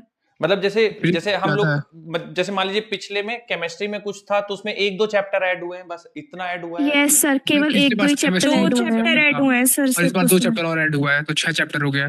केमिस्ट्री में यस सर पूरा 6 केमिस्ट्री में चैप्टर। 2 ऐड हुए हैं, बॉटनी में 2 ऐड हुए हाँ, हैं तो सर ऐसे। मेरे सर उसका जो पैटर्न है ना सर, उसमें पैटर्न दे रखा है, वो इस तरह दे रखा है कि मतलब अब तो जो AITS हुआ करेगा हाँ, उसमें एक तो पिछले वाले जितने AITS हो चुके हैं उन सबका आया करेगा, और ठीक उसी है। के साथ साथ जो बीच में जो मेजर टेस्ट होते हैं उनका भी उसमें इंक्लूड किया जाया करेगा। तो इसमें मतलब जो मेजर टेस्ट हुआ था वो भी आएगा और जो पिछला ये टेस्ट हुआ है उसका भी आएगा और अब जो नहीं हुआ उसका भी आएगा सर। सारे सब्जेक्ट में यही वो है सर। लेकिन मतलब जो सिलेबस फिजिक्स का है वो सबसे ज्यादा आप लोग को पढ़ रहे हैं ना? Yes sir. नहीं सर, सर यस या सर, फिजिक्स का सबके लिए सिलेबस हर सेम है, बार ऐसा ज्यादा कुछ आता नहीं है। सर है? बहुत ज्यादा फिजिक्स का आ रहा है। झूठ झूठ नहीं बोलो तुम लोग, सच सच बताओ। सर हर बार सर सर फिजिक्स में ज्यादा सच आता है बोल रहे हैं सर। हम। सर सच बोल रहे हैं हम, झूठ क्यों बोलेंगे? इसका ही सबसे सर ज्यादा सच है। बोल रहे हैं सर, नहीं सब नहीं में कम ज्यादा आ तो रहा है है। यार, क्योंकि मुझे जितना याद है पिछली बार आप लोगों ने सीओएम या शायद रोटेशन के भी रोटेशन आया था शायद रोटेशन ना? नहीं सर, हो रोटेशन जाएगा नहीं सर, आया था rotation सर सर, 2 नहीं चैप्टर सर हुआ पिछली बार ही है। दिए थे सर। 2 चैप्टर मान लीजिए पिछली बार टेस्ट में दिए थे, उसके पहले बस 3 चैप्टर रिवाइज करना है और सब पहला रिवाइज है, हो जाएगा। सही है सर, प्रैक्टिस हो जाएगी हमारी तो दोबारा। हो जाएगा कोई सर, ज्यादा है 3 सर। हफ्ते लेकिन टाइम में तो पूरा महीना दिया गया है ना। 3 हफ्ते का सर छुट्टी है, मतलब वो गैप है का सर। टाइम तो दिया गया अभी है। जो ये जो थर्मोडायनेमिक्स वाला AITS होगा वो इस संडे नहीं होगा, अगले संडे होगा, है ना? सर 1 1 दिसंबर को है। दिसंबर को है सर। 1 तारीख को सर, होगा। 1 दिसंबर को है सर, 1 दिसंबर को। 1 दिसंबर को है? Yes yes sir. Sir, yes sir. 15 दिन बाद। हाँ है तो सर, बहुत 1 हफ्ता बहुत एक्स्ट्रा मिला है सर। हाँ, सिलेबस तो आराम से हो ही जाएगा, उसका कोई इशू नहीं है। बस ये है कि इस बार थोड़ा सा लेकिन ज्यादा है, देखते हैं। चलिए, यस सर। थर्मोडायनेमिक्स बच्चों, मुझे थोड़ा सा थर्मोडायनेमिक्स अगर कोई समझाना चाहे कि थर्मोडायनेमिक्स क्या होता है, क्या पढ़ते हैं थर्मोडायनेमिक्स के अंदर, जो भी आपके विचार हो, जो आप जानते हो थर्मोडायनेमिक्स के बारे में, कोई बताना चाहे कि क्या होता है थर्मोडायनेमिक्स? थर्मो माने होता है सर एनर्जी होता है सर, बिल्कुल। ट्रांसफर होता है सर, ट्रांसफर ऑफ एनर्जी को थर्मोडायनेमिक्स। सर इसमें हीट का ट्रांसफर होता है। हीट का ट्रांसफर होता है, सर इसमें सर हीट ट्रेवल करता है सर, एक प्लेस से दूसरे प्लेस पे सर। हीट ट्रांसफर ट्रैवल करता है एनर्जी एक फ्लो place से की दूसरे place स्टडी को कहते हैं। ट्रांसफर ऑफ एनर्जी सर जहाँ पे हम हीट के मोशन को पढ़ते हैं। पे। ठीक है, हीट के मोशन को पढ़ते हैं, ठीक है। देखिए बच्चों, थर्म मतलब हो गया हीट, डायनेमिक्स मतलब मोशन, ठीक है। मोशन। तो एक जैसे सिस्टम और सराउंडिंग के बीच में जो हीट का एक्सचेंज होता है वो हम लोग इस ब्रांच ऑफ फिजिक्स में पढ़ते हैं, ठीक है, कि सिस्टम से सराउंडिंग को कितनी एनर्जी मिली। अब होता क्या बच्चों, जैसे आप सिस्टम को हीट देते हैं, मैं एक सिंपल एग्जांपल लेता हूं, बार बार हम लोग इसमें यही एग्जांपल लेंगे। तो मान लीजिए सिलेंडर पिस्टन अरेंजमेंट का एग्जांपल ले लेता हूं मैं, ठीक है। तो ये यहां इसके साथ पिस्टन अटैच्ड है, तो आपने मान लीजिए इसको सिलेंडर को हीट किया, इसमें कुछ गैस यहाँ पे प्रेजेंट है, ठीक है, और आपने इसको हीट देना शुरू किया, ठीक है, हीट देना शुरू किया, और इस हीट की वजह से मान लेते हैं एक्सपेंशन होगा, ठीक है। तो जो एक्सपेंशन होगा यानी एनर्जी मिल रही सराउंडिंग को। आप ये गैस है, आपने एनर्जी दी, हीट दिया, हीट में से कुछ गैस का कुछ एनर्जी बढ़ जाएगा, इंटरनल एनर्जी, और कुछ पिस्टन ऊपर जाएगा, ठीक है। तो पिस्टन हो गया आपको सराउंडिंग, तो पिस्टन को एनर्जी मिल गई, है ना, उस पर वर्क हुआ, ठीक है, मैकेनिकल वर्क हुआ, और इसकी इंटरनल एनर्जी बढ़ गई, और आपने हीट दिया। तो ये पूरा जो प्रोसेस जिस ब्रांच ऑफ फिजिक्स में पढ़ते हैं उसको हम लोग थर्मोडायनेमिक्स कहते हैं। तो थर्मोडायनेमिक्स मतलब एनर्जी का ट्रांसफॉर्मेशन, आपने हीट दिया, इंटरनल एनर्जी बढ़ गई और कुछ वर्क हो गया, ठीक है। तो ब्रांच ऑफ फिजिक्स जिसमें हम सिस्टम और सराउंडिंग के बीच में हीट एक्सचेंज के बारे में पढ़ते हैं, हीट का कन्वर्जन, एनर्जी के डिफरेंट फॉर्म में कैसे कन्वर्जन होता है वो पढ़ते हैं, उस ब्रांच ऑफ फिजिक्स हम लोग थर्मोडायनेमिक्स कहते हैं। तो लिखिए, थोड़ा सा एक स्टेटमेंट पढ़ लेते हैं, नया चैप्टर है, लिखिए, branch of physics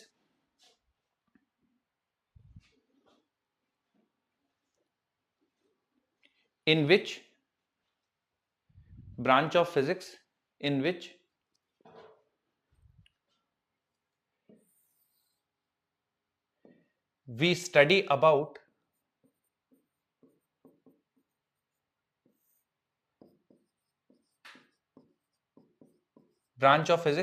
we study about energy transformation, branch of physics in which we study about energy transformation,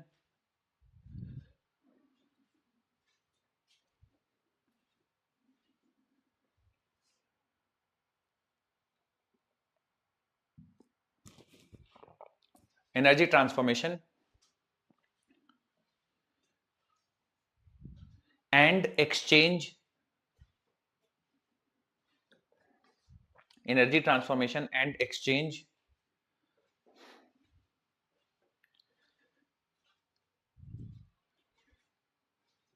is called as thermodynamics. Starting से बोल देना था एक बार। बिल्कुल, सर एक ब्रांच बार ऑफ ट्रांसफॉर्मेशन। हाँ मैं बोल देता हूँ, लिखिए, ब्रांच ठीक है of sir. Physics in which branch of physics in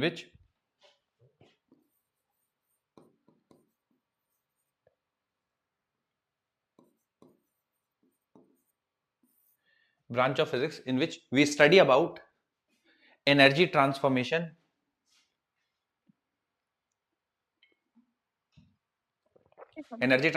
and exchange is called as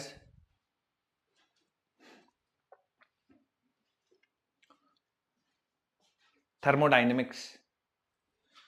अब बच्चों देखिए मैंने कुछ टर्म्स लिख रखे हैं बोर्ड पे, सिस्टम, बाउंड्री, सराउंडिंग, यूनिवर्स। तो आप इनमें से जो भी आप समझाना चाहिए, जैसे सिस्टम कोई समझाना चाहिए, सिस्टम क्या होता है, कोई सर बच्चों जिस पे वर्क करते हैं, जिस पे वर्क करते इसके हैं। अंदर हम माइक्रोस्कोपिक प्रॉपर्टीज जो होती है जैसे प्रेशर, वॉल्यूम, इनकी जिस- स्टडी करेंगे। वो अरे सिस्टम सर जिसकी स्टडी करनी है हमको वो जिसकी सिस्टम स्टडी होता करनी है है। सर वो सिस्टम हो जाता है। यूनिवर्स बढ़िया। के सर यूनिवर्स के का अलावा वो तो पोर्शन जिसमें हम कोई surrounding। काम कर रहे हैं उसको जो है सिस्टम कहा जाता है। बहुत बढ़िया, बहुत यूनिवर्स का बढ़िया वो डेफिनेशन पोर्शन। आप लोगों ने बताई है। एग्जैक्ट यही है कि यूनिवर्स का वो हिस्सा जिसके बारे में हम पढ़ना चाहते हैं, कि हम- जिसका स्टडी करना चाहते हैं, वो कहलाता है सिस्टम। बिल्कुल सही है। अच्छा बच्चों, बाउंड्री क्या होती है? बाउंड्री जो सिस्टम और सराउंडिंग को सेपरेट सिस्टम और सराउंडिंग को बाउंड्री सेपरेट सर करती है। एनी इमेजिनरी वॉल या Separates- इमेजिनरी और रियल वॉल जो सिस्टम और सराउंडिंग को सेपरेट करती है। बिल्कुल, सिस्टम और सराउंडिंग को सेपरेट करने वाला जो सिस्टम और सराउंडिंग को जो सेपरेट करे वही बाउंड्री कहलाती है। बिल्कुल थिन, कोई हीट कैपेसिटी नहीं, कुछ नहीं, ठीक है। एनर्जी अब डिपेंड करेगा बाउंड्री किस टाइप की है, एनर्जी एक्सचेंज होने के लिए, पर जो सराउंडिंग और सिस्टम को अलग करेगी वो बाउंड्री कहलाएगा। अच्छा, सराउंडिंग क्या कहलाता है बच्चों? सराउंडिंग क्या है? सर सिस्टम को System के हटा के अलावा जो जो बचा भी- हुआ यूनिवर्स है वो हमारी whole surrounding universe except system is called system हाँ, हाँ। सराउंडिंग। बिल्कुल whole universe except system is called surrounding. बिल्कुल, यूनिवर्स में सिस्टम के अलावा जो कुछ भी बाकी बचेगा वो सब सराउंडिंग यूनिवर्स कहलाएगा। और माइनस यूनिवर्स सिस्टम क्या इज है? Equal to surrounding sir. Sir वो पूरा एरिया जो हमने अपनी स्टडी के अंदर लिया है वो हो गया यूनिवर्स। और system plus surrounding is called universe. Yes, हाँ, sir. सिस्टम Universe प्लस में तो सब आ सराउंडिंग जाएगा। प्लस बाउंड्री जो कुछ भी है वो यूनिवर्स कहलाएगा। ठीक है, system plus boundary plus surrounding ये मिलकर बनाता है यूनिवर्स। तो एक एक लाइन बच्चों सबके बारे में लिखते हैं। पहले हेडिंग डाल दीजिए सिस्टम, पहले हेडिंग डाल दीजिए सिस्टम, लिखिए।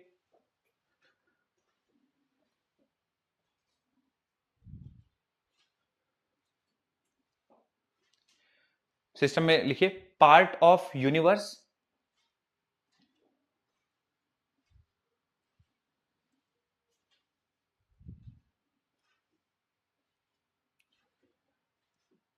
Part of universe, part of universe about which we study, part of universe about which we study, about के बाद क्या है? part of universe about which we study,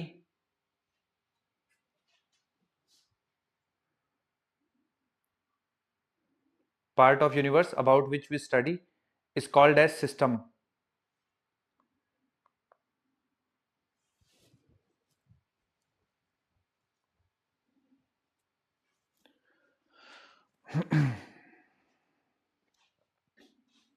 Part of universe about which we study is called as system. Next लिखिए boundary.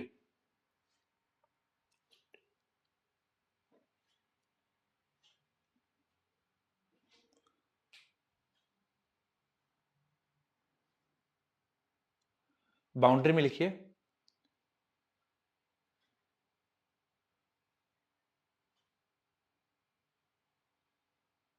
it separates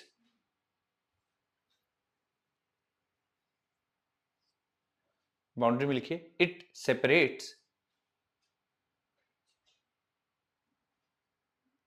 system and surrounding. It separates system and surrounding.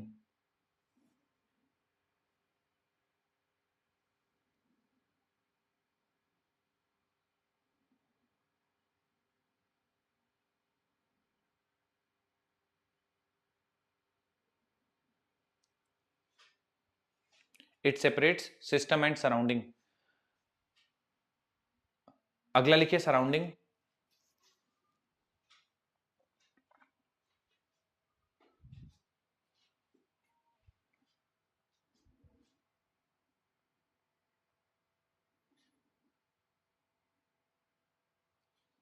Surrounding में लिखिए part of universe, part of universe except system, part of universe except system.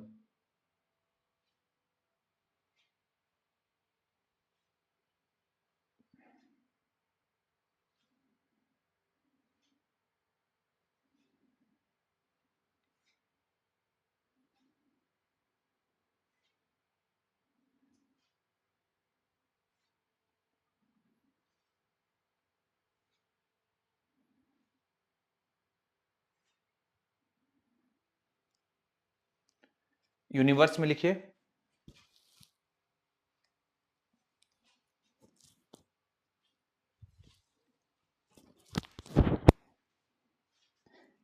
Universe में लिखिए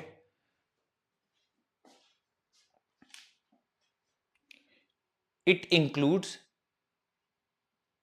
it includes, it includes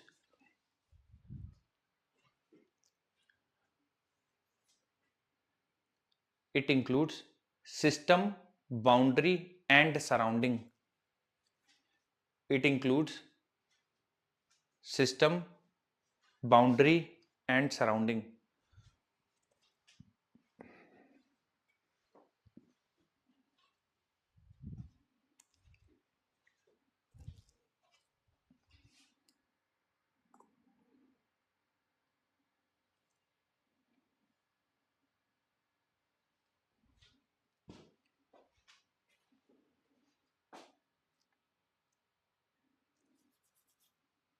It includes system, boundary and surrounding. बच्चों अगला मैं लिख रहा हूं, अगर किसी को कुछ इसके बारे में पता हो तो बताइएगा।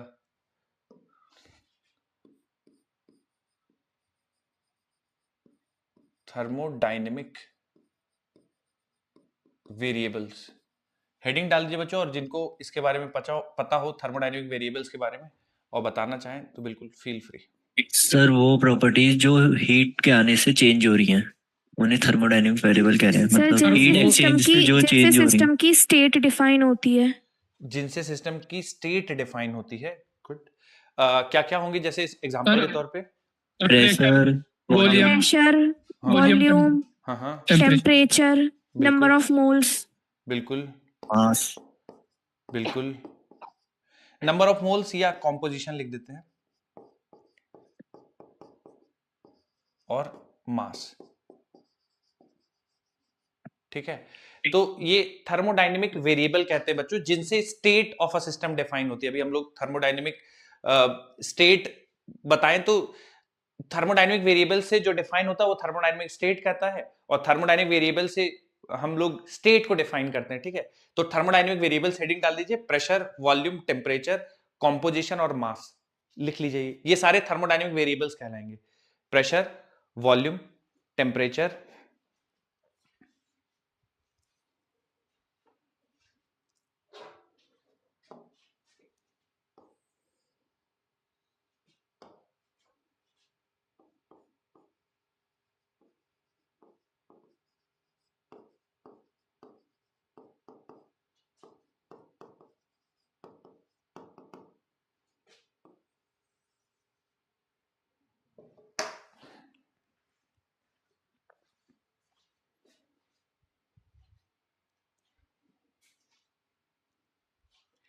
थर्मोडायनेमिक वेरिएबल लिखने के बाद बच्चों अगली हेडिंग डालना है thermodynamic state.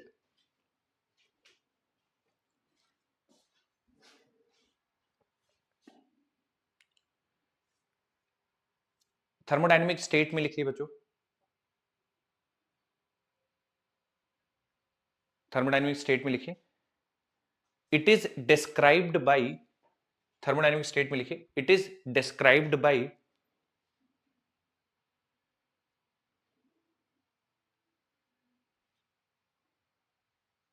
it is described by thermodynamic variables, it is described by thermodynamic variables, thermodynamic variables like pressure, volume, temperature,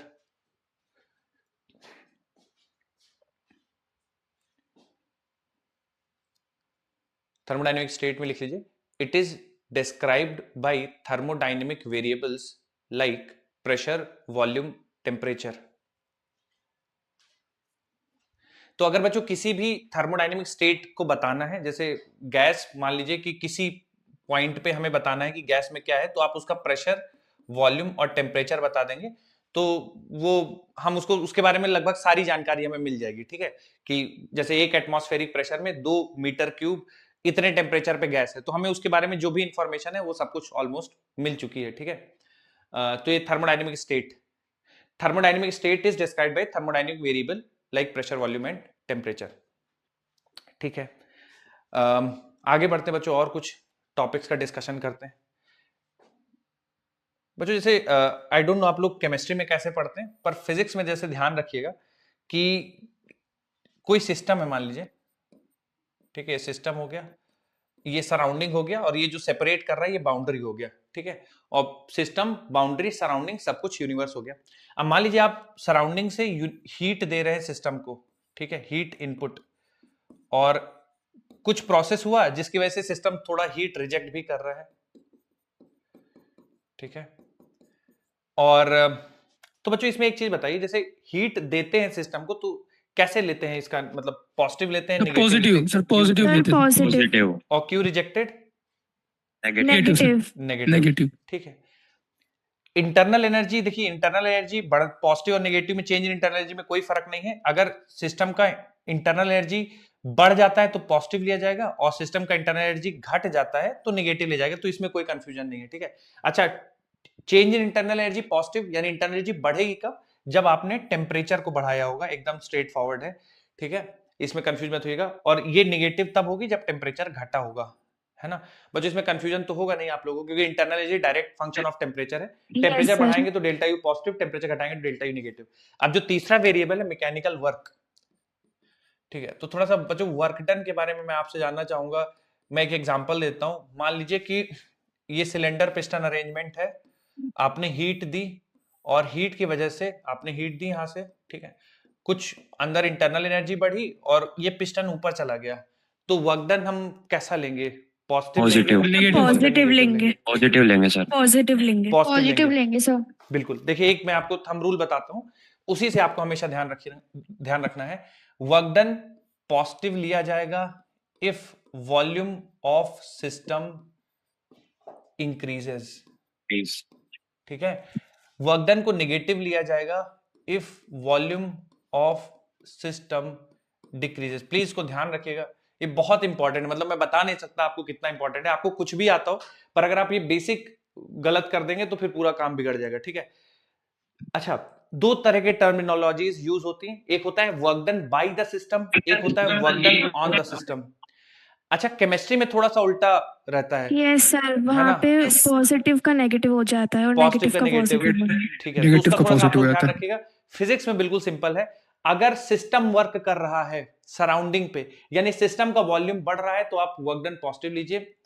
system work कर रहा है सराउंडिंग पे तो पॉजिटिव, और सराउंडिंग वर्क कर रहा है सिस्टम पे, मान लीजिए कि यही पिस्टन नीचे आने लगता और volume of the gas decrease होने लगती, तो हम लोग वर्क डन को नेगेटिव काउंट करते। ठीक है, तो ये थोड़ा सा बच्चों ध्यान रखिएगा, बिल्कुल कंफ्यूजन वाली बात नहीं है। 3 के बारे में आपको पता होना चाहिए, heat input positive, heat rejected negative, temperature बढ़ेगा तो डेल्टा यू पॉजिटिव, टेम्परेचर घटेगा तो delta U negative. Work done के बारे में क्लियरली मेंशन कर लीजिए अपने नोट्स में, कहीं पे भी कुछ भी कंफ्यूजन का चांस नहीं रखना है, नोट कर लीजिए इसको। भले ही आपको पहले से आता हो, आपको जानकारी है, उसके बाद भी बच्चों एटलीस्ट ये नोट करिए एक बार सब के बारे में, क्यू के बारे में, डेल्टा यू के बारे में और वर्क डन के बारे में। भले ही आपने पहले पढ़ रखा है, आपको पता है, अच्छी बात है, पर फिर भी आपके नोट्स में लिखा होना चाहिए, एक्सट्रीमली इंपॉर्टेंट।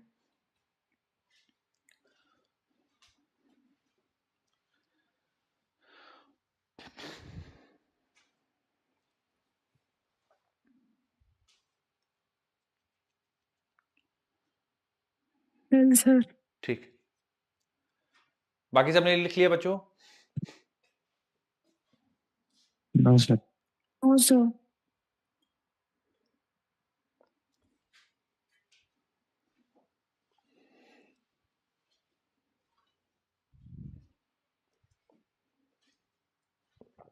जो लोग लिख चुके हैं अगली हेडिंग डालिए, थर्मोडायनेमिक प्रोसेस। अगर आपने लिख लिया बच्चों ये सब तो अगली हेडिंग डाल दीजिए, थर्मोडायनेमिक प्रोसेस।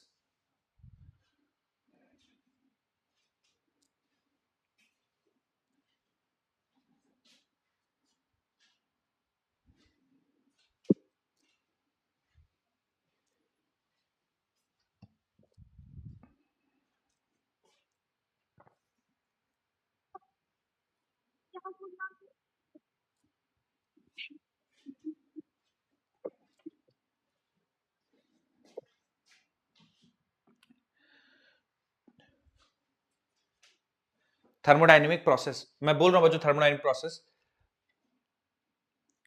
चेंज ऑफ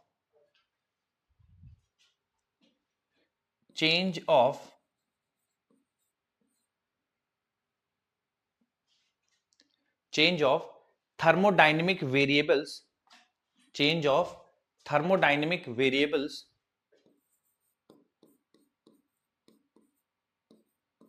क्या है sir? thermodynamic variables like pressure, volume, temperature, entropy with time is called as thermodynamic process. Excuse me sir. बच्चों मैंने लिख दिया है, अगर किसी को कुछ रह गया है तो आप बोर्ड पे लिख लीजिए। हाँ बोलिए। हेडिंग ही पूछ रहा था सर। हाँ, थर्मोडायनेमिक प्रोसेस, हेडिंग है thermodynamic process.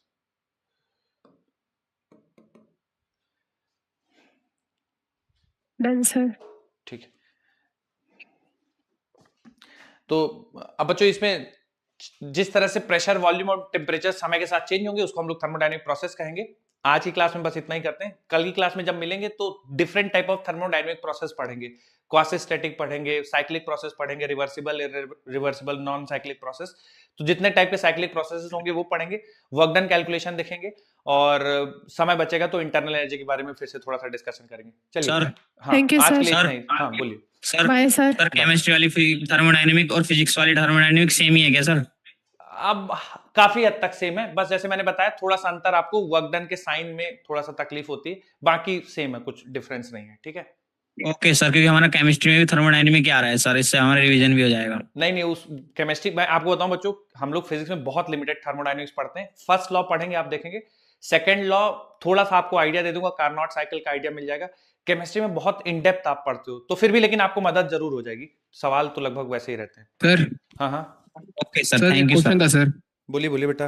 Bye sir. Sir Bye. Question था, an हाँ। air bubble of volume 1 centimeter cube rises from the bottom of the lake 40 centimeter deep at the temperature 12 degree. हाँ, हाँ, To what volume does it grow when it reaches the surface? okay. Given temperature is 35 degrees Celsius. और बाद में क्या बोला है? Given temperature of The given when reaches मतलब surface पे चला जाए जब टेम्परेचर 35 डिग्री सेल्सियस का हो जाता है। अच्छा अच्छा ठीक है। देखिए नंबर ऑफ मोल जो एयर बबल के अंदर रहेंगे वो कांस्टेंट रहेंगे, जब वो जैसे जैसे ऊपर उठता जाएगा नंबर ऑफ मोल्स तो चेंज नहीं होंगे। तो पहले जो प्रेशर है, मतलब उस डेप्थ पे जो प्रेशर है, उस डेप्थ पे जो वॉल्यूम है, और उस जो डेप्थ का टेम्परेचर है, ठीक है, ये बराबर होगा। जब सरफेस पे आ जाएगा तो सरफेस का प्रेशर, सरफेस का वॉल्यूम हमें निकालना है, वी डैश की वैल्यू निकालनी है, और सरफेस का टेम्परेचर उन्होंने दे रखा है। ठीक है, तो यहां से केवल यही एक अननोन चीज है, वो निकाल सकते हैं। अच्छा, बॉटम पे जब प्रेशर आप लिखेंगे तो P not plus row ji H लिख दीजिएगा। ठीक है, इतना प्रेशर हो जाएगा, और वहां पे जो वॉल्यूम है वो, और वहां का जो टेम्परेचर है वो, जैसे 12 डिग्री सेल्सियस दिया तो इसको आप कन्वर्ट कर लीजिएगा 273 ऐड करके केल्विन में, तो ये वैल्यूज आप यहां रख दीजिएगा। और जब टॉप पे आ जाएगा तो केवल पी नॉट प्रेशर रहेगा, यानी एटमॉस्फेरिक प्रेशर रहेगा केवल पी नॉट, और वहां का टेम्परेचर रखिएगा 35 डिग्री सेल्सियस है तो 35 प्लस 273, और फिर यहाँ से आप वॉल्यूम आ जाएगा। कर पाएंगे? ठीक है सर, यस सर, हो जाएगा sir. Okay, thank you. Thank you.